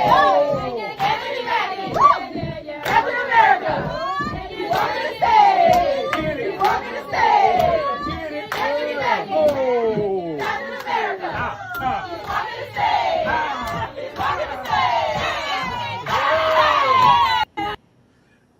You gotta love it. So That song becomes more and more relevant every year. It really does. You ain't lying. So with Captain America, guys, I'm just gonna throw it around the round table. So this is spoiler free, guys. For all those who are watching, you do not have to worry. We're not going into direct details about this movie. Around the bend, what do we think of Brave New World, folks? I'll say underrated, overhated. Joe? Good movie. People do not understand the identity of this movie and who this is actually, what the audience, intended audience is actually supposed to be. Mm-hmm. I really enjoyed it. I have some complaints about like some of the more gamma radiated cast members, but that is because we were leaning towards that in other films, and then they didn't follow through. But that's just me. Okay. That's me being the he doesn't look like that in the book kind of stuff. But I mean, I got over it. It's fine. It was a decent movie. I enjoyed it. I understood the message. I understood the homework. The end credit scene was Yeah. Like Mm-hmm. I feel like you could have done better. Okay. I will also say, I agree with everybody. It is completely over. It's overhated for no reason. And again, I'm just gonna stress very heavily, critics are paid to hate stuff. Folks are getting clicks to say they hate stuff.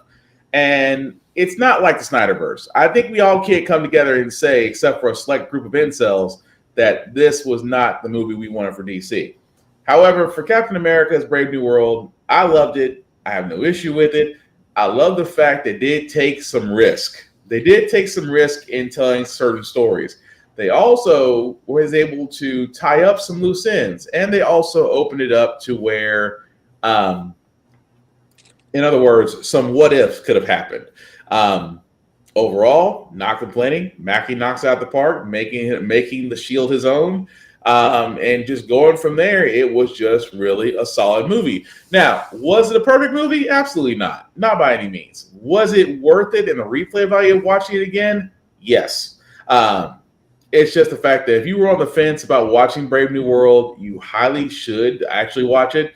Give it its fair shot, because this is the Cap going forward. They have already sat there and said this is the Captain America moving forward in the current telling of the MCU story, of the MCU sacred timeline. So, with that being said, it is worth a watch. I will basically leave it at that. But I'll throw one more question about Brave New World, and we can say this because this has already been publicly announced.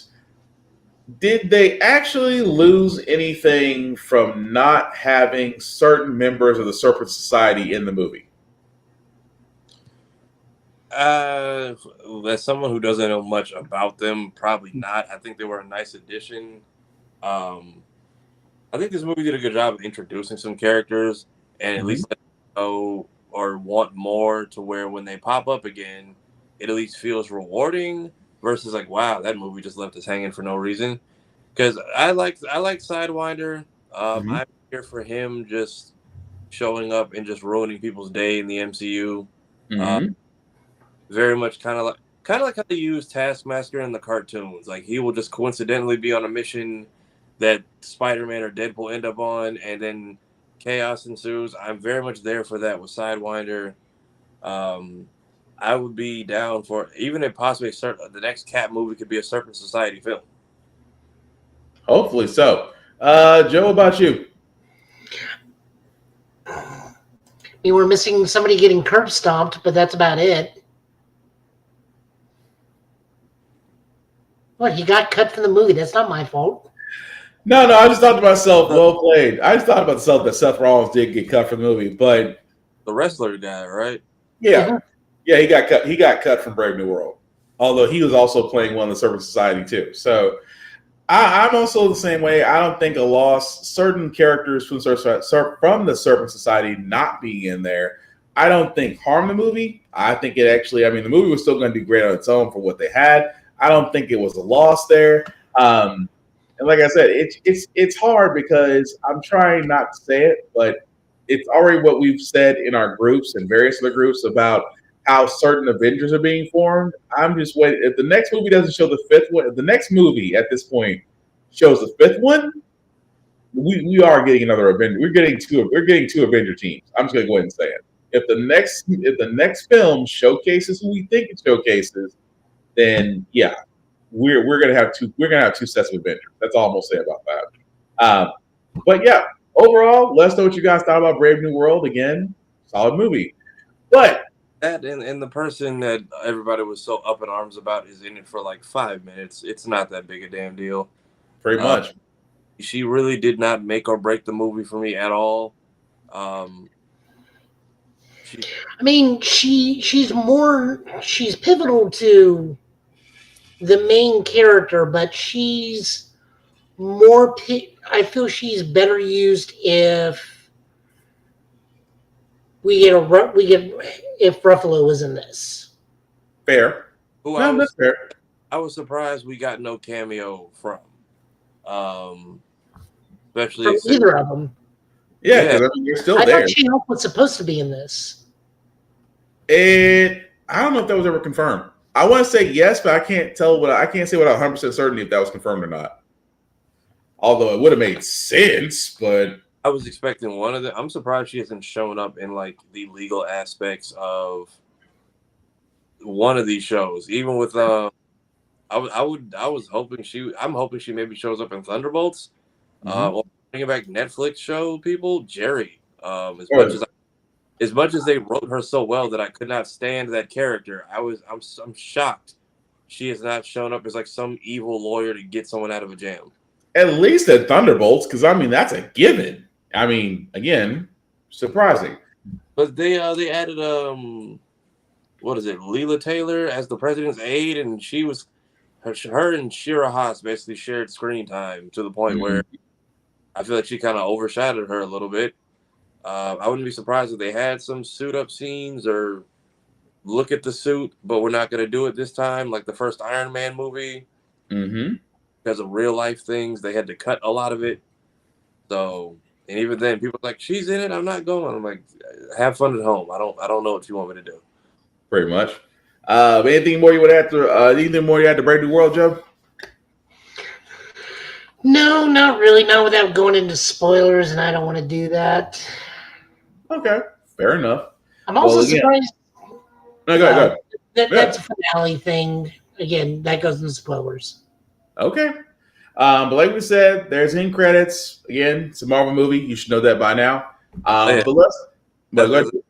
The other show, R.I.P. William Hurt. This would have been his MCU victory lap. Harrison, great job, but getting Ross being a little bit more emotional and I think just flexing his range would have because he was the start to our MCU technically, because we didn't realize the movies were connected until him and Tony walks into the bar at the end of Incredible Hulk, and after the first Iron Man we were like, oh, this is actually going to be like a thing, and would have been his last, at least the last film we really could have used him for, and it's sad he didn't live to see it.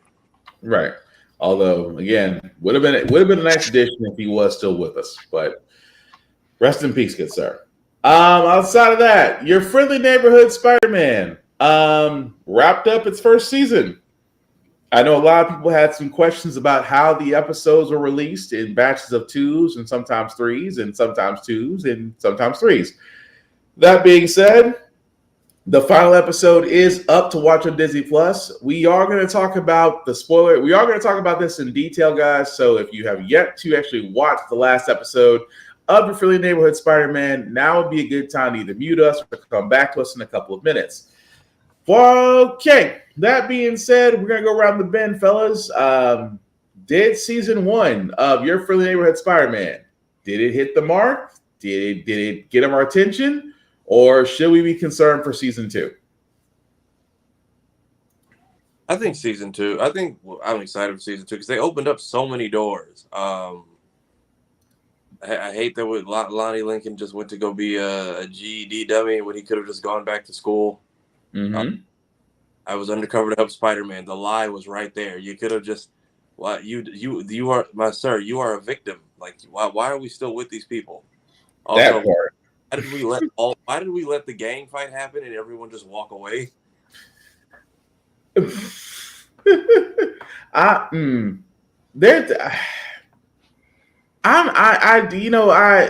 just get the fact of it. It's just like you said, with Robbie just hanging on when your whole gang got scattered by Scorpion. You have your get out of jail free card. That's all I'm saying. You could have walked away at that point and been done. But yeah, Lonnie, had you come back to school, we could be state champs, but no, we lost the big 90s era sports ball competition because of you. So way to go. And on top of that, I will say this: Otto Octavius. I'm not sure if that's the same voice actor from the animated series. I am not sure about that. It's not okay. Thank you, Joe. So not the same voice actor, but is it odd how his character was handled? Because this is pre arms. This is just basically him just trying to fund his research by any means necessary. And of course, the foreshadowing in jail, where he's designing his mechanical arms, which I guess will make an appearance in season 2. How do we feel about Doc Ock? I mean, do we feel like he was kind of a throwaway villain in this one, or is it just setting up? This is long game setup. Okay. Yeah. So the better question is, and I'm gonna say it in this episode because we've been holding on for 2 weeks. Mm-hmm. Why is half the 1/10 the Cosby Kids? I knew that was coming. Cosby Kids and NPC Miles Morales, who keeps showing up. We did see Donald. Was it Dumb Donald and Mushmouth? No, and I think Albert is now seen, and he's got like the blue checker shirt. Yeah, that's Fat Albert. It's Donald, Albert, Mushmouth, and Dozer are now Lonnie's version of the 1/10s. But could it be that this is somebody's a Cosby fan? Maybe one of the artists is a Cosby fan for all I know. But no, I not paying attention. I sent a picture to the guys when I first saw them. Mm-hmm. Then I sent a picture to Chris, and Chris immediately was like, "I gotta go watch this and see if what you're seeing is what I'm seeing." Then he came back to me and apparently agreed with me. Yeah. It's definitely Cosby Kids. I'm not going to argue that. But the fact, I thought about this is like maybe they're throwing us a curveball and he's not going to be Tombstone since he was teaming with Spider-Man and he's black and yellow. Maybe he's this Earth's Power Man. Possible, although the chalk hands towards the end of the show. No, I know that, but like I was thinking before that. When he had the Dioxin 3 thing and he had like the invulnerability, he's like, oh, maybe they're throwing a curveball and he's going to turn out to be this Earth's like Power Man. I could see that. And then, of course, in the end, he goes and like continues to be. Yeah, you see that. You see the skin flake and you see all the stuff. I'm like, okay, well, they had a way to make Lonnie like a new superhero, and we still went Tombstone. Well, I mean, we got to blame his brother. His brother was the one that set this all in motion. So, I want to wring his neck every episode. He wasn't even thankful for any of this. It's just like, I wanted a place where I'm at. Get a job, you hippie. I just want to sit there and say, if it wasn't for his brother, he would have never been in the truck where the gas released. At the same time, his whole thing of still lying to his mom, taking over the gang. Deciding to throw away his high school jacket, I'm like, yeah, he's going on. He's going to be going full Tombstone by next season. Although Nico, who was the one? I forgot. Was it you, Tafara, or was it you, Joe, that called Nico about the necklace? That she's always talking to her necklace. That was me in one of our group chats because I realized when she was talking to Harry, I was like, okay, no, I thought she was like just talking out loud, but after that episode, I'm like, okay, she's talking like directly into it. Yeah. Which makes me wonder when she sat there and said, hi, Mom, it's been so long. I'm like, I can't place her character anywhere, and it's bugging the crap out of me. She's from Runaways. She's from Runaways. Thank you. In Midnight Suns. Thank you. It was bugging the crap out of me all day because I couldn't play exactly where it was. It's usually she has a staff that she can make anything happen once via a single word. So she has a thesaurus. So she like casts fly, but if she uses fly, she has to like use a different word for fly to cast the same spell again. Cool. Okay, that was freaking bugging me because I'm like, I know her character from somewhere after that necklace reveal. I couldn't think of her. Say what? She has a bad code name. I just couldn't think of her name to save my life.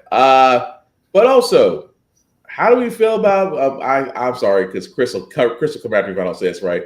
Coleman put that shit on Domingo as Norman Osborn. Did he nail it for this season, or did he miss it? Oh no, he nailed it. Yeah, very much removing Peter from Civil War to keep it from being the MCU carbon copy, but using him as a bargaining chip with Ross, but using somebody else's pictures for Peter as a fake out. I'm very curious to see how this goes. I'm very curious to see if Peter gets outed or enlisted by Norman. Mm-hmm. And then go ahead. The time paradox of Norman creating Peter, but by using Peter's DNA, which then leads to create his own spider self, and Philip J. Fry is his own grandfather type. That was, I did like the time loop at the end, or the whole thing where Doctor Strange was like, "Oh, we're not supposed to." We're not supposed to be here. I'm like, that makes freaking sense. I'm like, I love how they looped the first episode back with the last episode with that. At the same time, still creating the bridge, and you're seeing the Venom symbiote. Where I was like, is it Venom? Is it really Venom, or is it the King in Black? Because the way it looked, I'm like, it was just a horde of Clintars.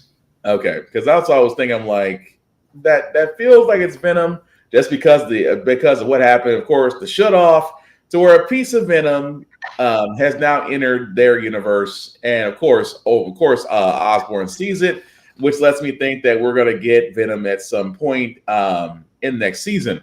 Also, I do love the fact, again, this is beyond spoilers because they've already posted this for all of their. Before I'm about to say, we do know that Gwen Stacy will be a part of next season, and we also see her in the Gwen. We also see her in the Spider-Gwen suit. So, does this answer the question of where the mystery backpack was for the first episode? Because that's the only thing I can think of. It could. I'm still curious to see if we get anyone else, or if it maybe went with somebody we know and then got passed off to Gwen. I also feel like we had more than one spider, possibly. It still has samples of his DNA. Also, that was a very large needle to stab into a spider. 5. That part. Yeah, I'm very curious if we see like maybe a original bite, or how Peter Prime got his powers, because the time loop thing is so crazy. Because it's like there had to be some original point though where you got a version of you bit by something else. I think it's more confusing the more you talk about it out loud. I'm also people are also saying because there's a open quarterback spot, that could be how we get Eddie Brock, especially with the ending, which is kind of going towards Ultimate Spider-Man territory. Yeah. I mean, I can see that too. And at the same time, Robbie stepping out, Eddie Brock stepping in, Gwen also stepping in, and then, Peter not really stepping away from Norman, but he's still working with Norman. And of course, Norman is creating his own genetically altered spiders with Peter's DNA, which could lead to other things too. But I love the fact they're kind of shadowing, of course, Dr. Connors being gender swapped, that now she's a woman in this. So there is a chance that we could get the Lizard, which I'm not against that if we are getting the Lizard. We are getting Dr. Octopus. Scorpion is still around. I do love the fact that how they did Matt Gorgon and Scorpion. Also, did anybody catch like 2 episodes back that we saw Rhino? Oh, yeah. That was a lot to see. Was he the dude who saved Peter with the helmet? Yeah. Okay. That was right. He's eventually going to be Alexa. The moment he said Alexia, I'm like, that's Rhino. I heard the accent, but I'm like, which one of y'all is going to be a Sinister Six? I feel we might get, because of Norman, we might get Sinister Six for hire, or sold in the method of Thunderbolts to Ross and the government when they need them. Everybody is somebody in this thing. Like the overly wordy Oscorp dude is the Wizard. Yeah. So, I mean, everybody's somebody in this at this point. Oh, I'm not knocking it. I'm just sitting there like, I am loving the fact that, I don't want to see a Sinister Six, this season. I can see it for season 3 because they got greenlit for seasons 2 and 3, so they got time. But overall, what about the big thing? Say it one more time. What about the big thing at the end? Yeah, Papa Parker. Yeah, Papa Parker. Oh yeah. Oh, thank you. Where his father was still alive. Voiced by Spider-Man, Josh Keaton. That's crazy.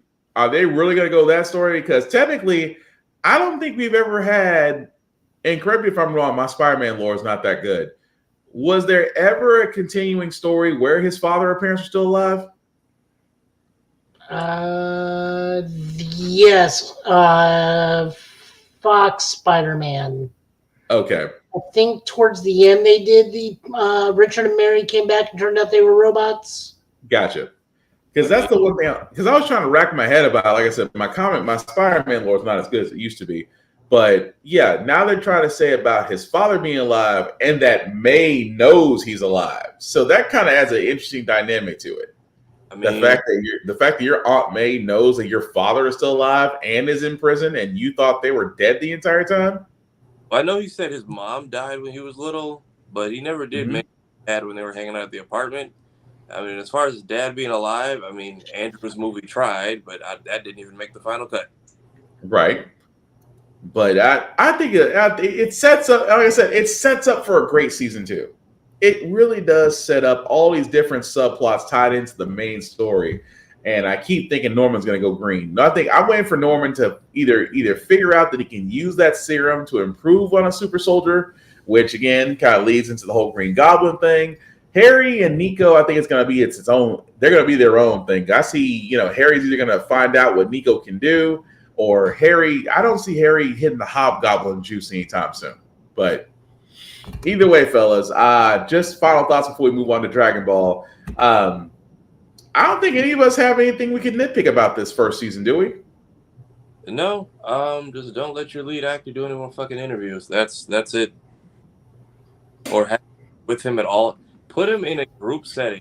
Interviews with people. Make sure he sits with people, and make sure Shamik more interviews by himself. There you go. Let's get Spider-Man back on track. Which, if you haven't been under a rock, Beyond the Spider-Verse has now been pushed back to 2029. All I got to sit there and say is somebody needs to check on Moore.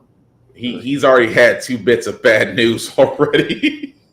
And one of them between this and Euphoria, which I don't watch. Don't give me any more updates until we have like impact frames or like a storyboard of like squiggly lines to show off something. I don't need any more updates until y'all have actually gone in and created something. Right. I'm just saying because that dude needs to be watched and bed-lived. But anyway, let us know what you guys think of your Friend Neighborhood Spider-Man for season 1. Season 2 and season 3 will eventually be announced. But again, the current season 1 is definitely on Disney Plus. Definitely give it a shot. That also being said, Dragon Ball Daima. We are going to recap everything up until now since our hiatus on Valentine's Day. I'm just going to sum this up really in a couple of sentences, and then I'm just going to open the floor to everybody else. Goku, Super Saiyan 3.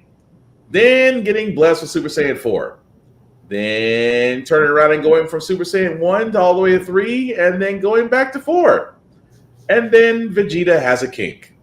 So, with that being said, fellas, what have we thought about the current episodes of Daima up till now? I mean, so we've learned the Saiyan does have limits. Yeah. Getting put in the doghouse and on the couch. That part. Joe? I'm sorry, go tomorrow. It's how fast he stopped fighting and flew over there. Like this entire this was a Dragon Ball episode with Z characters. Yeah. The man loves his wife. And his baths. He loves his baths too. That's all I was like. That one right there was the one that got me. I'm like, you have Bulma turn around and sit there and say, either let them help you or no more bath time. That still felt like a punch to the gut. I'm just saying. That so felt like a punch to the gut. But no, the thing I want to bring up in this, and again, I understand because Super Saiyan 4 was basically GT. Can we now say that Super Saiyan 4 is canon now? Yeah, it is. I'm curious if they'll give it a name. Also, what somebody pointed out is it looks like the image that in Battle of Gods, when he's explaining what the Super Saiyan God was originally, the image, what his character design looks like that. So they're saying, what if this is just like demon realm energy powers that he's got, but the weird spike is enough to like trigger Beerus.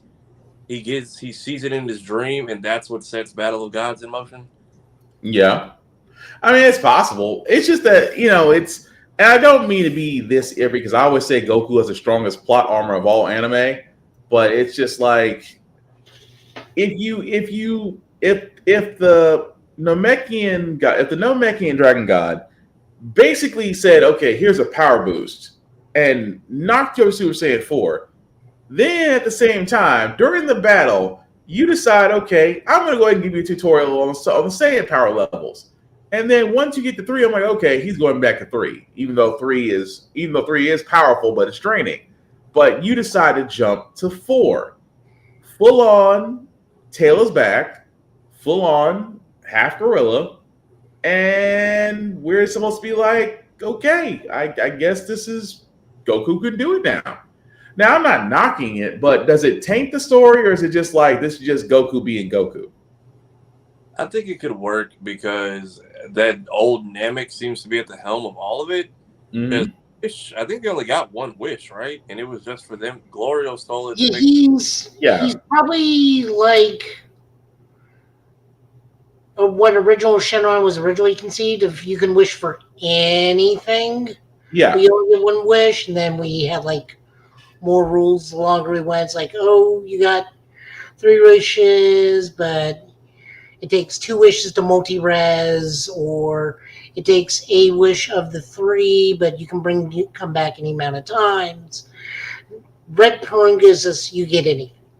You get anything, no restrictions. Well, it is true because he was able to go Super Saiyan 4 in kid form. He was able to go Super Saiyan 4 in kid form, and then the wish to wish them back to adult bodies, he was able to do it at will. The first time was Neza, who is basically a Toriyama insert, just like magicking, giving him magic thing, which is why I was like, oh, well, I mean, it's better than what GT did. We don't have magical pliers and needing to pull out a tail. He just magically gets a tail. Right. That's great. But then when he does it on his own today, I'm like, no, this is some BS. But furthermore, I could see I'm fine with it, but I also don't like it because now this categorizes where we are, meaning Goku finds 4 inferior to, or finds Form 4 inferior to God, Blue, and Ultra Instinct, where previously, before it was like canon in Heroes, 4 full power was like that. Trying to do hands here, like neck and neck with, or 4 limit break is neck and neck with Ultra Instinct to the point where they had like the square off. Right. So immeasurable strength, and now 4 is like chunk. Right. It's just interesting that 4 is like, where does 4 fit in that? But I'm sorry, Tafara, what were you saying? I could see the joke being, oh, it was tucked in our clothes this whole time. We just didn't mention it. Or because I think the one wish was stolen by Glorio just to bring them back to normal. But every time they've gotten a power boost, it's that old Namek. So I believe it's just demon realm energy mixed with untapped potential like Guru did on Namek. So I think he's older than Guru technically. So, because even when Vegeta went 3, he was messing with the robot. It was like, well, since they like to fight, and give them both. And then when he goes over to Goku passed out, that's when he gets the transformation. So, the fact that he's an adult now and can better manage his body, I'm not surprised he can pull it off one more time. But I would surprised if this is like he leaves and can't do it again because this was Demon Realm Goku. I wouldn't be surprised if this is like, what was the name for it? If this is like Zombie Man Luffy in Thriller Bark. Oh, where he can only do it there. He could only do it there, and it was a one-time thing because they fed him all the shadows. Yeah. I mean, don't get me wrong. I'm not against that. I would love to see more Super Saiyan 4, but it's like, okay, so does this? I mean, obviously, Ultra Instinct being an angelic form, does Super Saiyan 4 is stronger than Ultra Instinct, or is it going to be under Ultra Instinct? Well, we know it's under now. Yeah. Yeah. We know it's just a step up from 3. Right. So that's the thing. I'm going for. Like, I know we got like what 2 episodes left of this current run now, because I know we were 5 the last time we talked. So I think we're like 2 episodes away from the end. 1. Oh, 1 episode away from the end. 19, wasn't it? Yeah, I think it was 19. Yeah, the next episode is it. Okay, so yeah. So we got one last episode for this current run. So now that we're getting to the season finale of this, and I'm just going to throw this question out before we move on to Invincible. Do we think Diamond's going to be a one shot, or is this just a whole? Oh, yeah. Don't. God bless Toriyama. You did this shit, and then I know you were probably like, as he left, he's probably like, they're gonna love this, but it's been fun. Later, and here's my last editor's note for the manga. The goodbye, goodbyes from me. Enjoy Super Saiyan 4. Enjoy Super Saiyan 3 Vegeta. Enjoy the jokes. It's been real. See y'all on the other side. This was his last work. I say leave it alone. If you can, find a way to clean it up. Maybe we flash to Super. Maybe we flash to the tournament. And he's like, doesn't Jiren kind of look like that dude from the Demon Realm? Focus. Who knows? Because they've taken liberties with some stuff before, like Kakarot. Kakarot's DLC where they redid the final fight between Goku and Vegeta in the desert, and actually like that and ending. That was actually pretty cool. Like Vegeta switching. That's one thing I would have loved to see animated. Vegeta doing the Big Bang and alting into the Final Flash midway through, the way he did that game. Like, so I think they'll wrap it up nicely. I'm curious to see what their explanation is, or how they explain the power up, or how they explain that he never goes back to it. Or Vegeta's like, I want to do it one time before we leave. No, I can see that, and that's why I want to throw that out there. As far as would this be a one shot? And I agree with you guys. It does. It should be a one shot. I do see them. Like I said, I do see them flashing the Super, just because. Let's be honest. Who's not going to turn down another turn of power? Who's not going to turn that down? Although it'll have to be with. Well, Joe opposes it, but for a lot of people, they're going to be like they're going to want the moral act. I'm just going to be honest. The moral arc. Sorry, not act. Arc. They're going to want that arc. So I think that will probably be the last shot for Super. I could see that. But yeah, as far as Daima goes, I agree. That's going to be a nice little 20 episode one shot. Nothing against it. If this is their way of introducing Super Saiyan 4 into the current universe, nothing. I got no problems with that. Don't take like a year and a half to drop the Blu-ray at this point, because what is it? They announced, I think, the 4th My Hero movie is coming to streaming, and I'm like, I forgot that came out. And then the evil All Might. I forgot what he called himself. Dark Might, and I was expecting Dark Might. There we go. I thought, and that was such a dry plot. Like, I was expecting, like, oh, the hero rejected me, I'm gonna be evil, and he just literally goes like, Dark Might. Sure, that works. Chaos ensues, and then there's the plot. By the way, domain expansion, and guess what? Shigaraki's awake, and the war is gonna start. I'm like, was this supposed to get released like 3 months ago? Like, why are we being shown stuff that's currently happening? That's a fair point. Because I was wondering about that, because I had to look it up myself when that movie was going to be streaming. But also it kind of goes into Jujutsu Kaisen. But again, we're stuck till I forgot when the next. Dang it, my mind is going blank right now when the next arc's going to start. But anyway, I thought it would go that route, but ultimately it's not bad. With how they're going about this, I just want, like we said, let Daima be a one-shot run. let's have its pieces. But yeah, let's not have so much time between Daima and the next thing. Because if you're gonna do the moral arc, do the moral arc and make it like the last hurrah for Super, and give respect to Toriyama. But again, we will definitely see. Although the crazy part about, also for all those who are wondering about Your Next, it will be available to stream on Apple TV, Amazon Video, and Fandango at Home. Which also, following that, will be on Crunchyroll and Hulu. So, of course, just like Sonic 3, you gotta pay to rent it before you can actually stream it for free. Although Sonic 3 is available on Paramount Plus right now.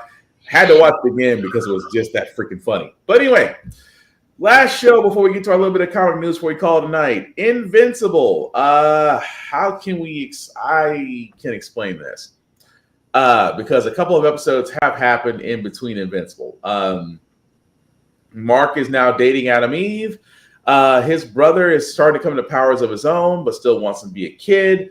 Omni-Man and Alan are still on the prison, but right now there's a prison breakout with Battle Beast, and Alan's still trying to convince Omni-Man to join the cause against the Viltrumites. The Viltrumites are stepping ever so closer to Earth in that infamous scene, which we hope to God they may or may not show on Amazon. If you've read the books, you'll know exactly what scene I'm talking about. Outside of that, Mark is a little bit of a hypocrite. You know, he doesn't want to be his dad, but Cecil said it straight to his face. You sound exactly like your father, and he didn't take it too well, to the point to where they're no longer working together. The Guardians of the Globe are kind of doing their own thing without government assistance and going clandestine, but it's a little different there. At the same time, Cecil in the White Room, that was interesting. As far as the White Room is only his protection against Mark, even more so that he has a safeguard Mark to where if he presses a button, it gives a high-pitched whine sound in Mark's ears that could kill him. So overall, guys, I know Joe, you keep up with Invincible. I forgot. I saw the fight, but that was about it. Okay. So where it stands right now, guys, what do y'all think on Invincible? Because it is starting to come to a head, but right now this kind of feels like filler to me. The last episode, that's the thing. Invincible's in that weird spot Steven Universe was in for a little while, where there's going to be other plots outside the Viltrumite War and the impending doom. It's just we get so caught up in it for a while that when other stuff happens and we don't get to it in an episode, people think it's filler. Like the last episode when they cut to end credits and then it's like, psych, that's only halfway through the episode. Here's what's going on in space. I think that was good. Weird obsession with the prison industrial complex this season. Like, because even with Darkwing, he's like, why isn't he in jail? I'm like, weren't you the one saying he needed help in the first season? Right. And now it's like, he needs to be thrown away. I'm like, all right. But you and your brother, and I kind of like that they have written themselves in a way where the fandom's like split 50-50. Because you can say, as I've been saying for 2 seasons, you can say Cecil's overkill, but he has not proved unnecessary. Like even the White Room fight, it's like, hey, maybe don't. You're arguing his point while proving him right at the same time. So like, what are we doing right now? Also, you didn't even see if you could be mad that his tech is being used. You don't even know if the dude is free. I mean, he probably is like in a like watched like a hawk somewhere. But for all you know, they stole his tech. Also, it's the only thing that like gave your dad a run for his money for like 5 minutes. So, pardon them for having it. Curious with what they're doing with Rex and the shrinking chick, since she's not supposed to be alive this long. Right. And then the Immortal still sucks. I felt more for his alternate self than I did the one. I felt more for alternate timeline Immortal than what I felt in 3 seasons. Duplicate's brother is pissing me off because what is your problem? Oh, the prison scene? Not even the prison scene. Just why are you? I get it. You don't want to be in prison, but why are you fighting to go back to the fucking triad so bad? Like these are your best friends. And then old boy with the dragon. That's all I was like. So I was wondering what the big guy's whole purpose was. Like, you know, if you're going to be looking menacing and defensive, and you're supposed to be protecting the old man, I'm like, so you're basically a medic. He's Hun from Jackie Chan Adventures, basically. Yeah, he's the medic. I was like, so you did all that, and it's funny we see Machine Head come out of nowhere. Machine Head and Titan's like, look, I just came to get what I wanted to get, and I'm out. It's like you can have this, you can have all this. Just leave the city to me. Do what you want to do. Machine Head, cool. Bye. Oh, by the way, if you ever try to double cross me again, yeah, I'll kill you. It's like Machine Head was interesting, but I'm like, you're kind of a throwaway villain. But what are you gonna say, Safari? Hard to take him serious with the T-Pain auto-tune voice while making threats. Mm-hmm. But yeah, just weird obsession with Mark and putting people in prison instead of thinking they can be reformed. Not even realizing, hey, you basically are what Cecil used to be like, because even he thought the same thing. Until that part. That's what I want to sit there and say, not to cut you off too far, but not just I want to sit there and say, Cecil was right. The thing about it is nobody wants to say it. Cecil may do some shady stuff, but at the same time, was he wrong about anybody? No, and even then, the prison fight was cool, but who and how did you capture Battle Beast? That's my question. Because he's in a cage. He's not even in like chains, which means to like lure him into the room and just lock the door permanently. Because I'm thinking to I myself, have a feeling, and this is pure speculation on my part, is he put himself there on purpose, or he is a fail-safe for that prison? Because the thing about it is, he only wants to fight people. He only wants to fight strong opponents. That's it. And it's amazing that, okay, it takes Alan to come up and say, look, Viltrumites are coming. And that piques his ears like, I've always wanted to fight with them. Cool. There are 2 of them down the hall. And that's all it took. It's just like, so he could have left the prison at any time, that none of the prisoner guards could actually stop him. So you might be right, Joe. He might just sat there just hoping for a fight. Because, I mean, outside of Alan and Omni-Man, who's going to stop him? So, I mean, it just leaves that point. But no, it's just like the latest episode. It just felt like filler. Like, we know eventually it's going to get to the point to where we're going to see the Viltrumite invasion. We do know the big fight's coming. It's just that this latest episode, it just felt like Naruto filler. Well, not Naruto filler, because you skipped through Naruto filler. At least watching this filler, you kind of got some ins and outs of what's going on. But overall, not mad about this season so far. We still got a couple more episodes to go. But Tafari, Joe, anything else y'all want to add to that? I know, what is it? The conquest fight is what we're waiting on. I'm curious to see how do we get there in 3 episodes? Also, your brother's a lunatic. Like, please acknowledge this. Oh, I laughed about the brother. The brother, you know, I still think he'll have some dark side moments, but I think he'll be. I mean, I don't think he'll go full on heel, if that makes sense. He has those moments where it's like, I could kill this guy if I wanted to, and Mark's having to sit there and say, no, that's not what we do. As Mark killed Angstrom Levy, which I still think is interesting. But Joe, anything you want to add to that? All right. So that's going to do it for the reviews, guys. Like we said, we didn't have comic books no comic book pulls this week, but we do have a couple of comic book news that we do want to talk about. If you like Batman, especially in the blue and gray, you're in luck. Jorge Jimenez has sat there and let us everybody know via Facebook that he along with Matt Fraction, who will be doing the script, Team Moore, that's going to be on the colors, will be coming out with Batman issue 1. As you can see right here, guys, as I try to blow this up a little bit bigger, you do see Batman back in the blue and gray. I have no issues with this whatsoever. But Joe, anything more you want to add to this as far as the issue itself or what to expect?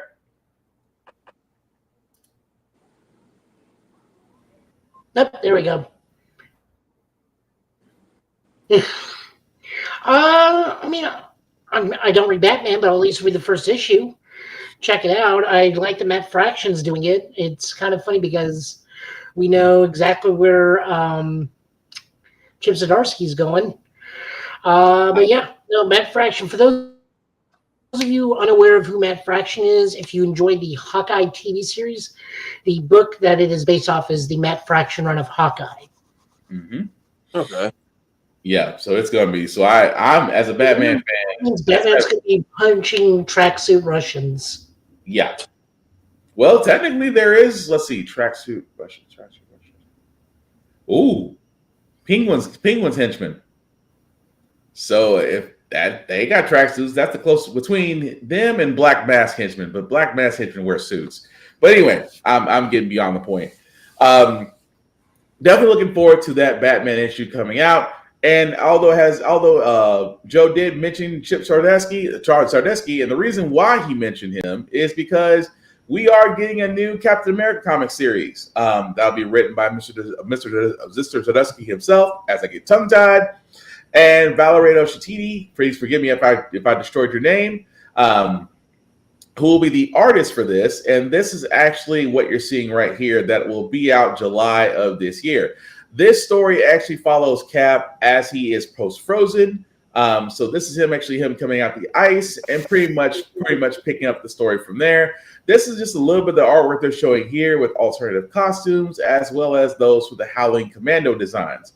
I am not against this. Mr. Sardesky has not done anything wrong yet in my eyes as far as I'm concerned.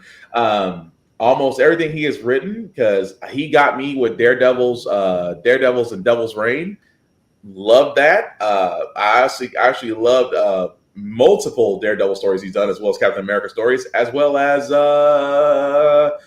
correct me if I'm wrong here, Joe. He did besides Daredevil, did he do a Punisher? Am I wrong? No, that's Jason. Okay, sorry. Apologize. But anyway, this comes out July 2025. Fellas, what are we thinking about Cap? A Cap story post coming out the ice after the first Avenger. I'm curious to see what they do with it. I'm definitely that, because I just want to see the story they go with. Because technically, I want to know what year they're going to set that in, though. That's a good question. Because I started to read through this, they never said what year they're pulling him out the ice. So, I mean, it could be the fact that it could be. I mean, judging by the design, I want to say it's closer to maybe closer to the turn of the century. I could be wrong about that, but either way, we'll find out come July of next year. But those two issues, along with other ones, like I said, keep in mind, guys, about those things, just because it kind of goes into what we always say about comic books. Support your local comic books. Support your local comic book stores. Support your independent bookstores. Support your local libraries. If you are in the Middle Tennessee area, please support Rick's Comic City. We talk about them all the time. They have 2 locations in Nashville and Clarksville, Tennessee. They also have their website, Rick's Comic City. Let them know the guys at GB sent you. Doesn't get you any discounts, but you see ourselves on their televisions. And at the same time, guys, this is what we talk about. We say support physical media, not just steelbooks, DVDs, and Blu-rays. We are talking comic books. Words hurt right now. It's a type of hurt that never goes away.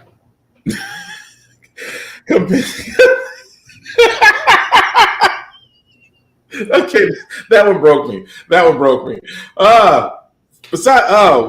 Damn it, Joe. Don't mind me, blame Yo.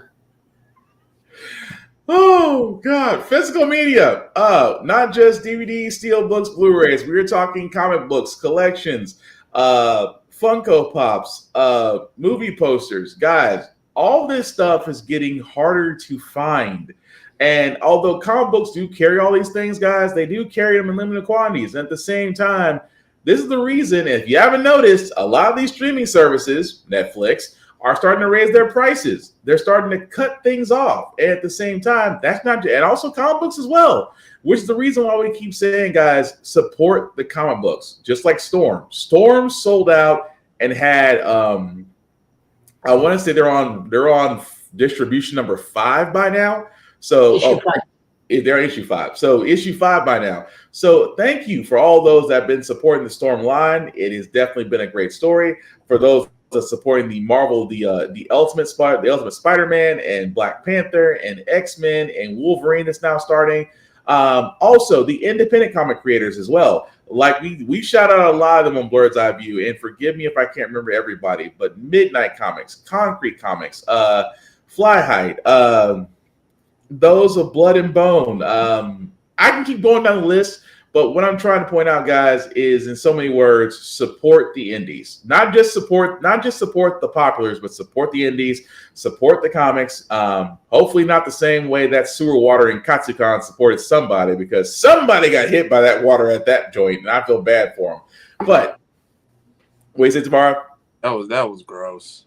Yeah, it was. And the fact they took them so long to fix it, you think someone didn't go and shut the water off, but what do I know? But anyway, getting back to what I'm saying, guys, support physical media, support your local comic book stores, support your local independent bookstores, support everywhere that does not have a corporation behind it, because you will miss them when you are gone. So, like we said, guys, no comic book pulls today. We will have them back next week. So as we wrap this up, I do want to start with the words hurt. Words freaking hurt. Tafari, what do people know what you're doing, sir?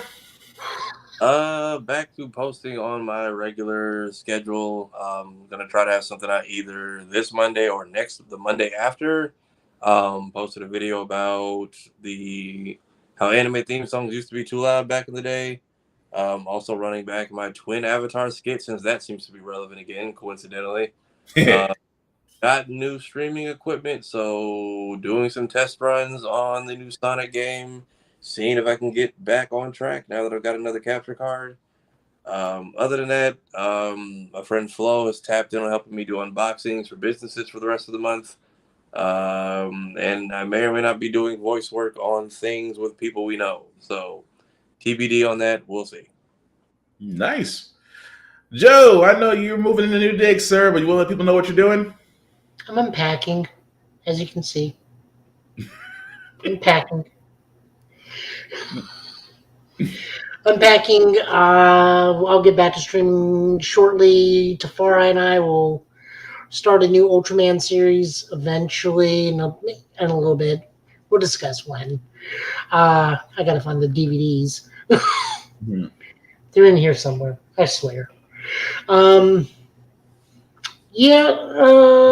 will probably start streaming next week when Monster Hunter Wilds drops. Nice. So we will get to see me running around with my gun lance, because I'm a gun lance user, and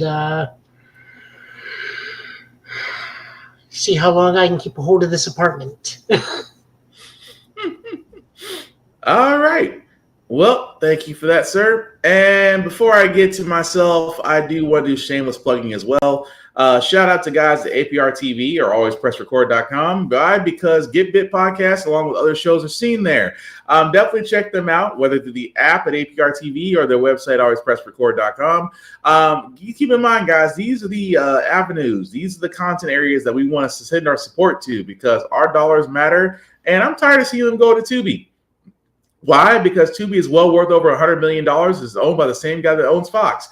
I would rather that $100 million goes to us, because it's our content, it's our viewership, and most importantly, it's our dollars. So definitely check out alwayspressrecord.com or APR TV on the apps. Also, blurrstation.com. We have talked about this thing for well over a year. Not only is another table, another area to where our content, our media, supposedly our dollars should be going to. If you are going to BlurCon next week, not next week. Ooh, wow, not next week. Next month. Words hurt. If you are going to BlurCon next month and you do actually want to have some advertisements, Tafari, correct me if I'm wrong, that's still going on, isn't it? Yep. Okay. So yes, there it is. So if you do have a business and you do want it to have it advertised at BlurCon on BlurStation, while you're at BlurStation.com, simply check the live stream ticker up there, and as you can see right there, guys, you will see the tiers that we do have put in place for advertising. So if you have a business, if you have something that you want to advertise at BlurCon and you will be there, go ahead and click on whatever tier that you would like to do, and you'll be able to get in touch with the people behind the curtains on how you can get your advertisement live on the Blur Station BlurCon stream during BlurCon this March. At the same time, guys, there's still movies, television shows that you can watch on BlurStation.com. Hit the join now button, select the Blur's Eye View Affinity membership. Any member there you can select.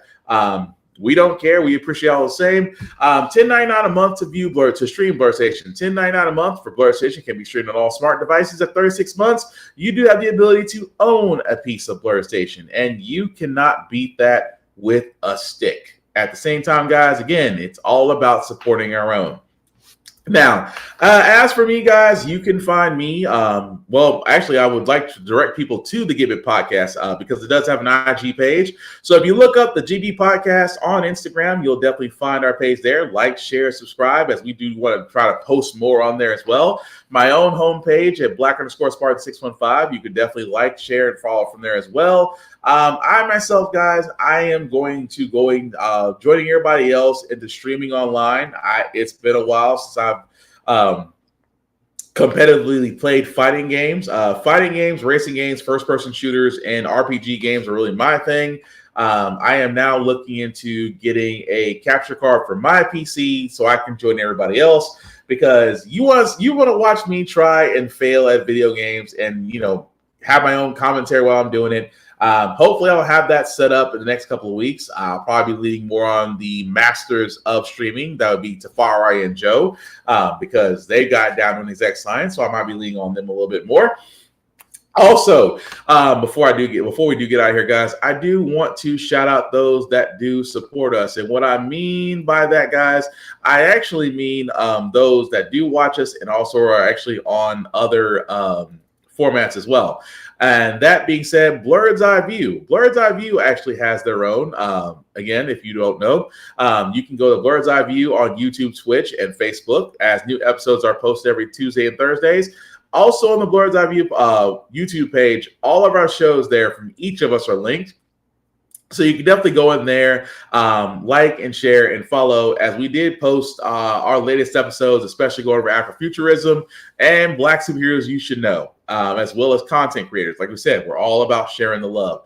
Also, although she's not here right now, but I'm pretty sure she's somewhere, Kira, Roomful of Blurs. You can follow her on YouTube with new episodes every Sunday at 6 p.m. Her and Reverend Navy Montel usually go over geek news as well as comic book reviews, and also do a little bit of voice acting, which is always fun. But definitely check them out there.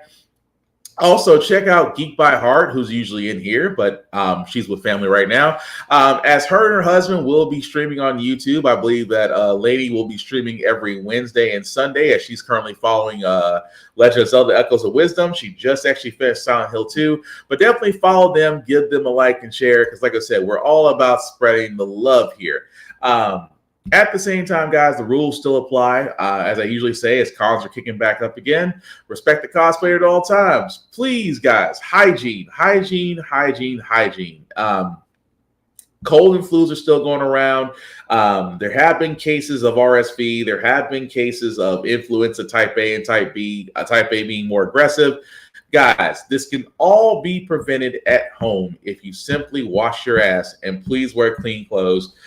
Please brush your teeth, wash your hair. Hygiene is important, guys. And from a guy that has 3 kids, I know each of my kids can easily pick up something and bring it to the house. That being said, help me stay clean. And the last rule that I have for myself is I have for everybody else, guys. Look, the world right now is Idiocracy meets what's the other movie? Idiocracy meets The Man in the High Castle. That's about the best way I can put it. If you have not seen either of those 2 shows, I highly recommend you watch it. You'll see some similarities. But be nice, be kind. Words are hard. Share and talk about your fandoms. Don't be a dick, and we'll all be cool.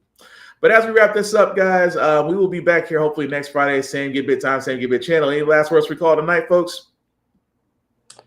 Have a good weekend. Joe? Yeah, go see Captain America. Yep, go see Captain America. Go see, like I said, yeah, go do something fun, relax your mind, check on your loved ones. Again, we know it's a rough time, but do something that makes you smile. That's all we're saying. But anyway, Go watch Samurai Pizza Cats. Actually, pizza sounds pretty damn good right now. But anyway, take care of yourselves and each other, and I promise we will all get through this. Thank you all for watching, guys. Have a great night from all of us here at GetBit. Peace. Later.